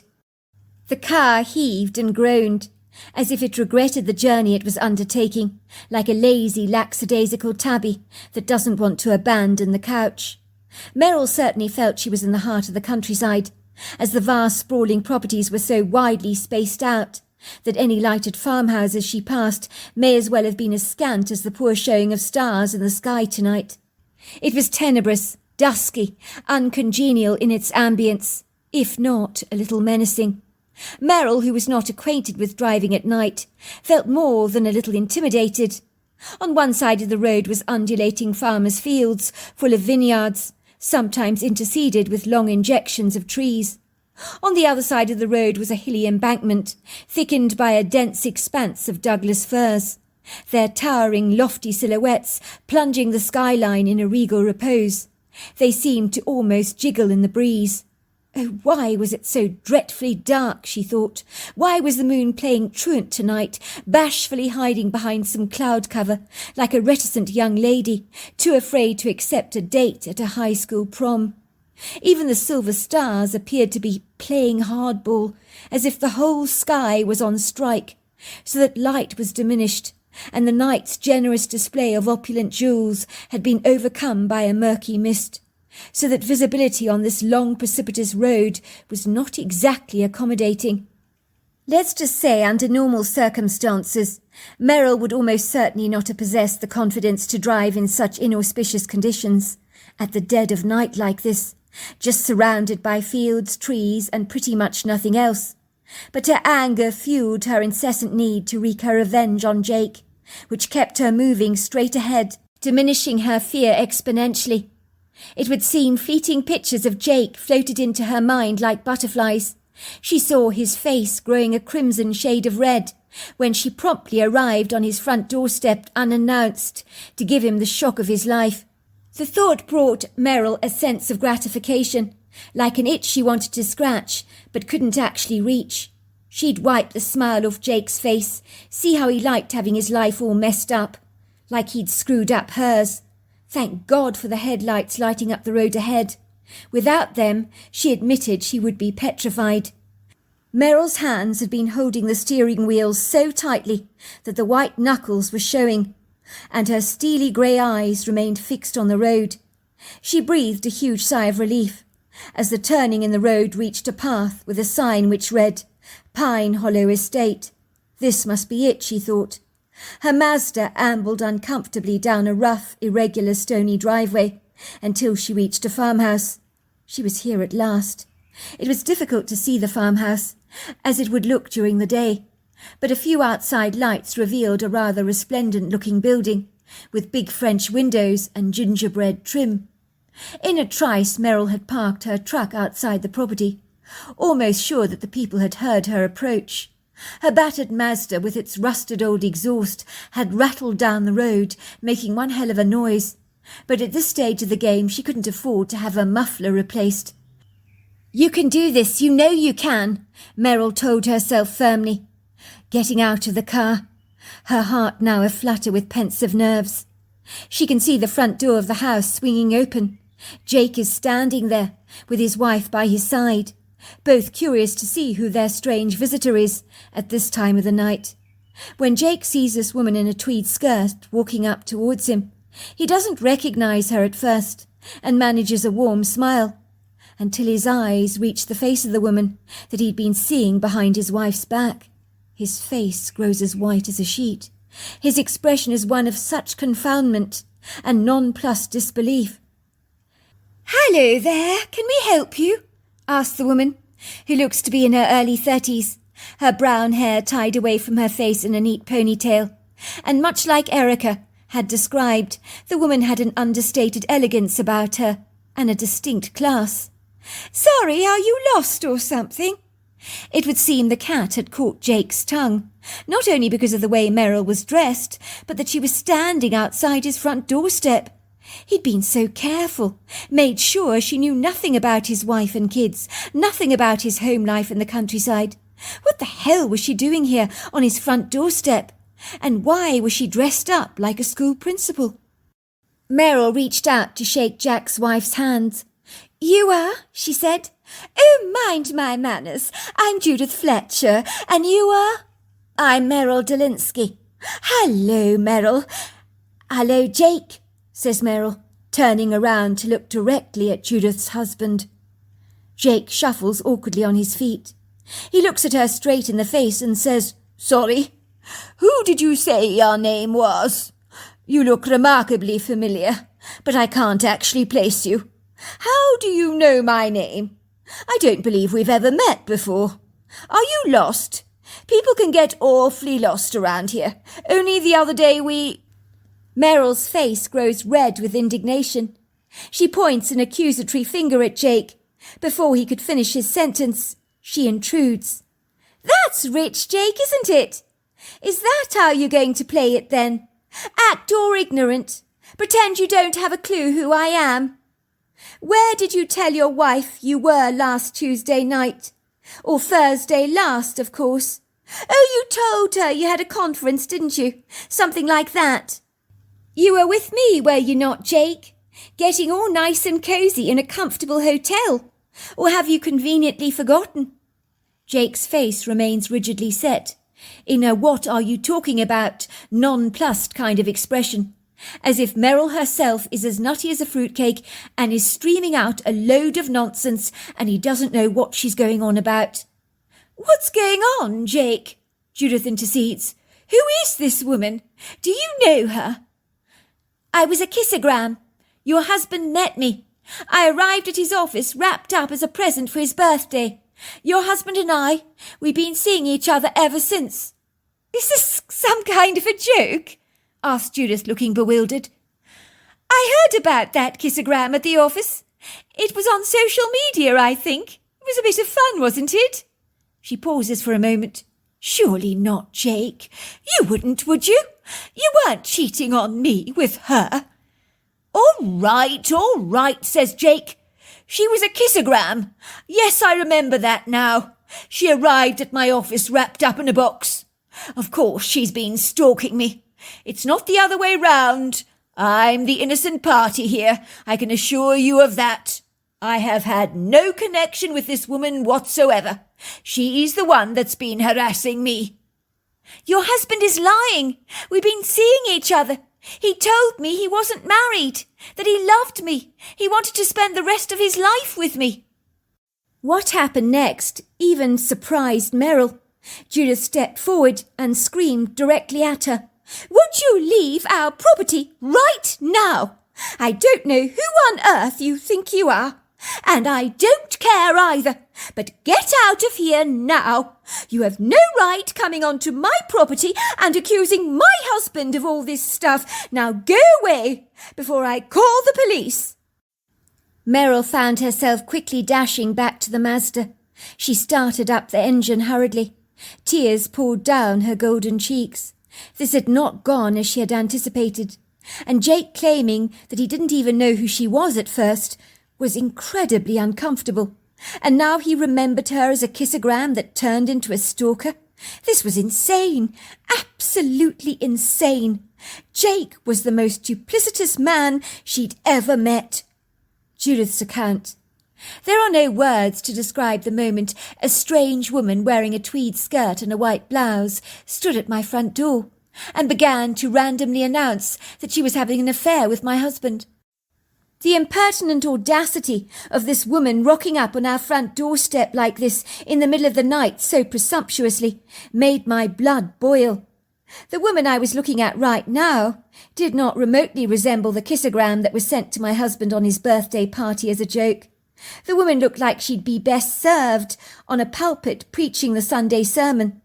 She was very buttoned up, but there was something about what she was saying that had a stabbing ring of truth to it, a sobering truth that I did not want to entertain. I mean, the days my husband was not at home, when he claimed he was on a business conference, she claimed to have been with him. It's difficult to describe what it feels like for things in your life to be rolling forward so smoothly, so soundly, and suddenly everything becomes unhinged in a heartbeat. The only way I can describe it is like being in a house and a wild hurricane blows your entire roof off, and you're left feeling at first bemused, shocked, appalled, stunned. Then slowly those feelings teeter towards an unbridled anger, an anger that I could not contain. I've always been described by my friends as one of the most easygoing, relaxed, chilled, mellow, down-to-earth people that they know.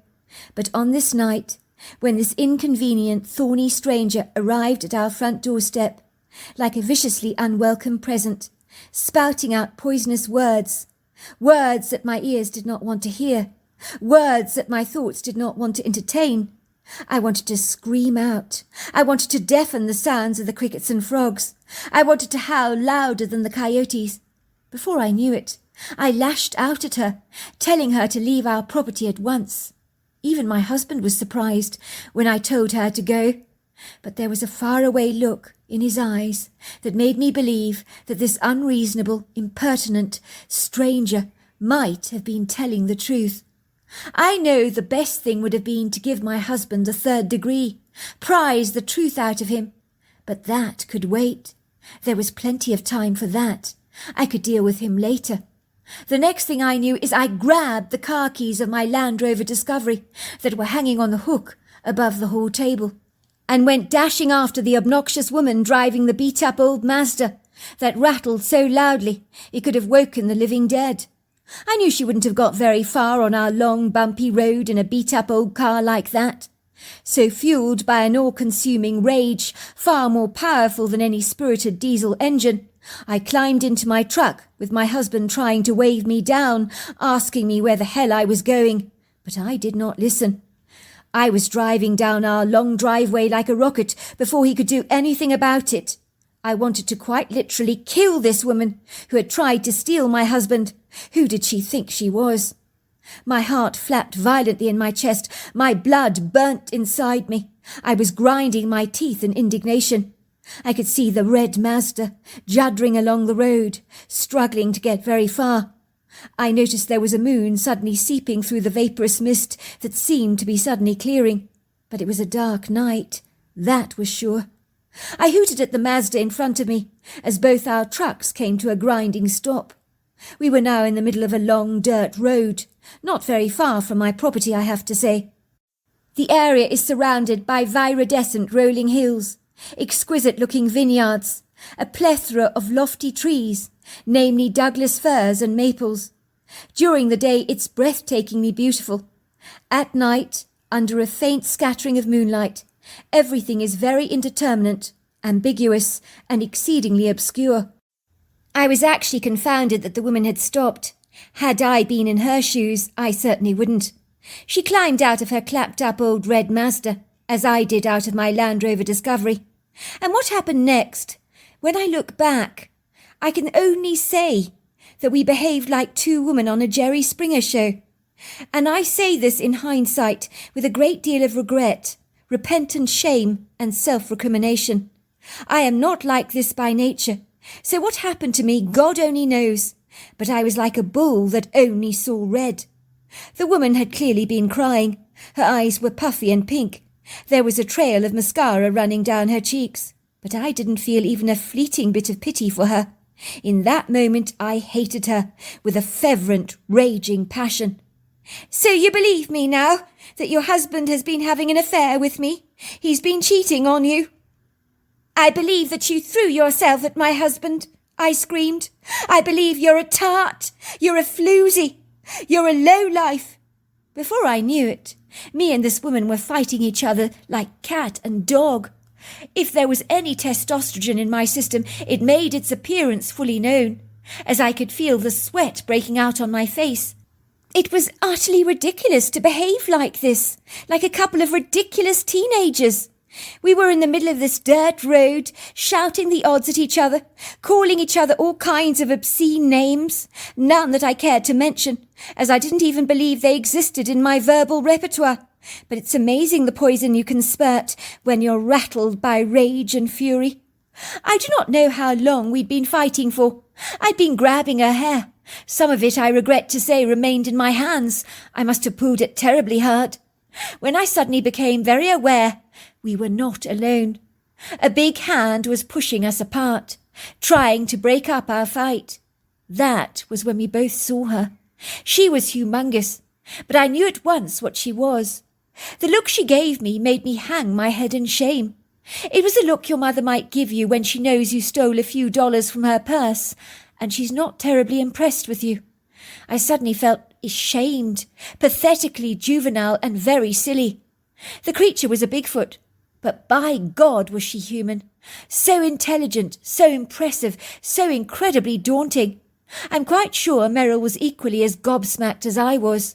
We both stood there gawking at this tall, dark, hairy woman, towering at 8 foot tall, easily 600 to 700 pounds, built like an army tank, with overlong arms and dark eyes that under the splattering of the light of the moon and the headlights of our cars that had been left on, gave off a yellow eyeshine.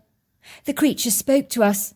I'd never have imagined that was possible, but yes, she spoke to us in a foreign language that was downloaded into our heads in English. That I don't know how she was able to do. "Aki la fon, amashakanaka, ho ala shani, hilo bogilana." Now this is no way to behave. Look at the two of you. You should be ashamed of yourselves. Why would you hurt your sister? "She's not my sister," we both blurted at the same time. We were both trying to justify our bad behaviour to the Bigfoot, but she refused to listen. Instead, she took Merrill by the hand, leading her straight back to her red Mazda, and waited for her to drive away. And then she started to lead me back to my Land Rover Discovery. But she did speak to me before I actually got inside. She said to me, "Iki latina, omokota shafana. Fix it. Don't throw it away." There was no doubt she was talking about my relationship with Jake. But he didn't deserve to be forgiven, if what Merrill claimed he had done was true. As if the Bigfoot had read my mind, she spoke directly to me again, and I heard the words translated in my head. "Isina avona, imokalinani, ogolashana, ifolobi." I heard the words in my head. Everyone deserves forgiveness. We all make mistakes. Ikitani bo. Make sure you forgive him. She watched me get back into my truck and drive home. I was so confounded by this bizarre, idiosyncratic experience that would leave an indelible mark on my life. Even when I returned home, I couldn't confront my husband about his affair with Meryl, as the Bigfoot's words kept ringing into my head. Fix it. Don't throw it away. Needless to say, I'm very glad to say that I heeded her sagacious advice, the Bigfoot's I mean, as my relationship with my husband was far too precious to just throw away. Not that it made what he did at all acceptable, nor did my forgiveness give him the entitlement to do this again to me, as I was no pushover, and if my husband cheated on me again, next time I would not be so lenient. My husband fully admitted that he'd had an affair with Meryl. I don't know why I did it. Ever since you've had kids, you've become so serious. We don't laugh or joke together anymore. You take life terribly seriously. I felt as if I wasn't having fun anymore. And when the kissogram was delivered to my office, well, she was airy and light. I enjoyed her company. I promised her the world, God only knows why. I guess I felt sorry for her. But it's you and the kids I love. I'm sorry. I could never throw what we've got away, and I almost did.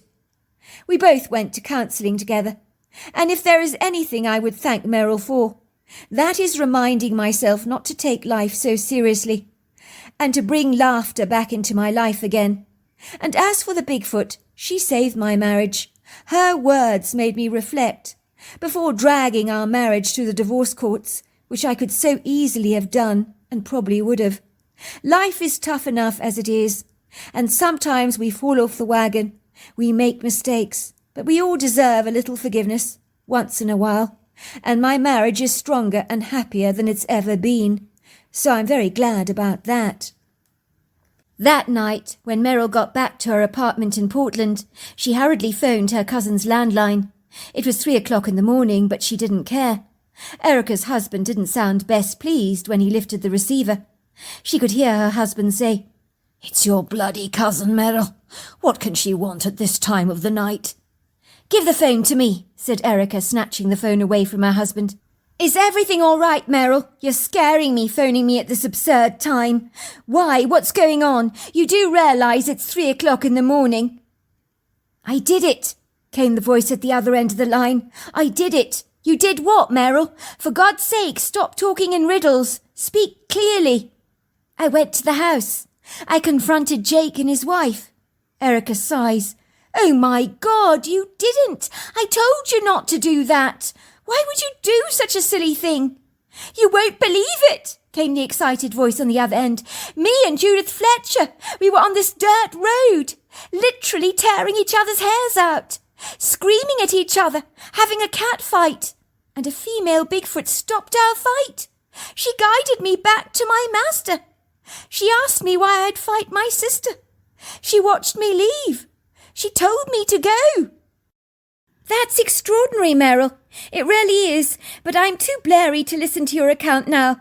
But I'll give you a call in the morning. But I will say, if what you're saying is true, you had one hell of a night, and I can't wait to hear all about it in the morning. I'll speak to you then." "What was all that about?" asked her husband, as Erica finally put down the telephone, her face awash with stunned disbelief. "You wouldn't believe it if I told you," she said, rolling over in the bed. "Now go back to sleep, sweetheart." So there you are. That's my story. Well, hello there. I hope you enjoyed the Omnibus edition. We've got many more coming our way for you to listen to. Sending you love wherever you are in the world, in North America, Canada, Kenya, wherever you may be. I send you lots and lots of love. Thank you for listening to my Omnibus, and I really do hope you enjoyed it, because that's the whole idea about it, is to give you some interesting stories to listen to. So until next time, goodbye and good night.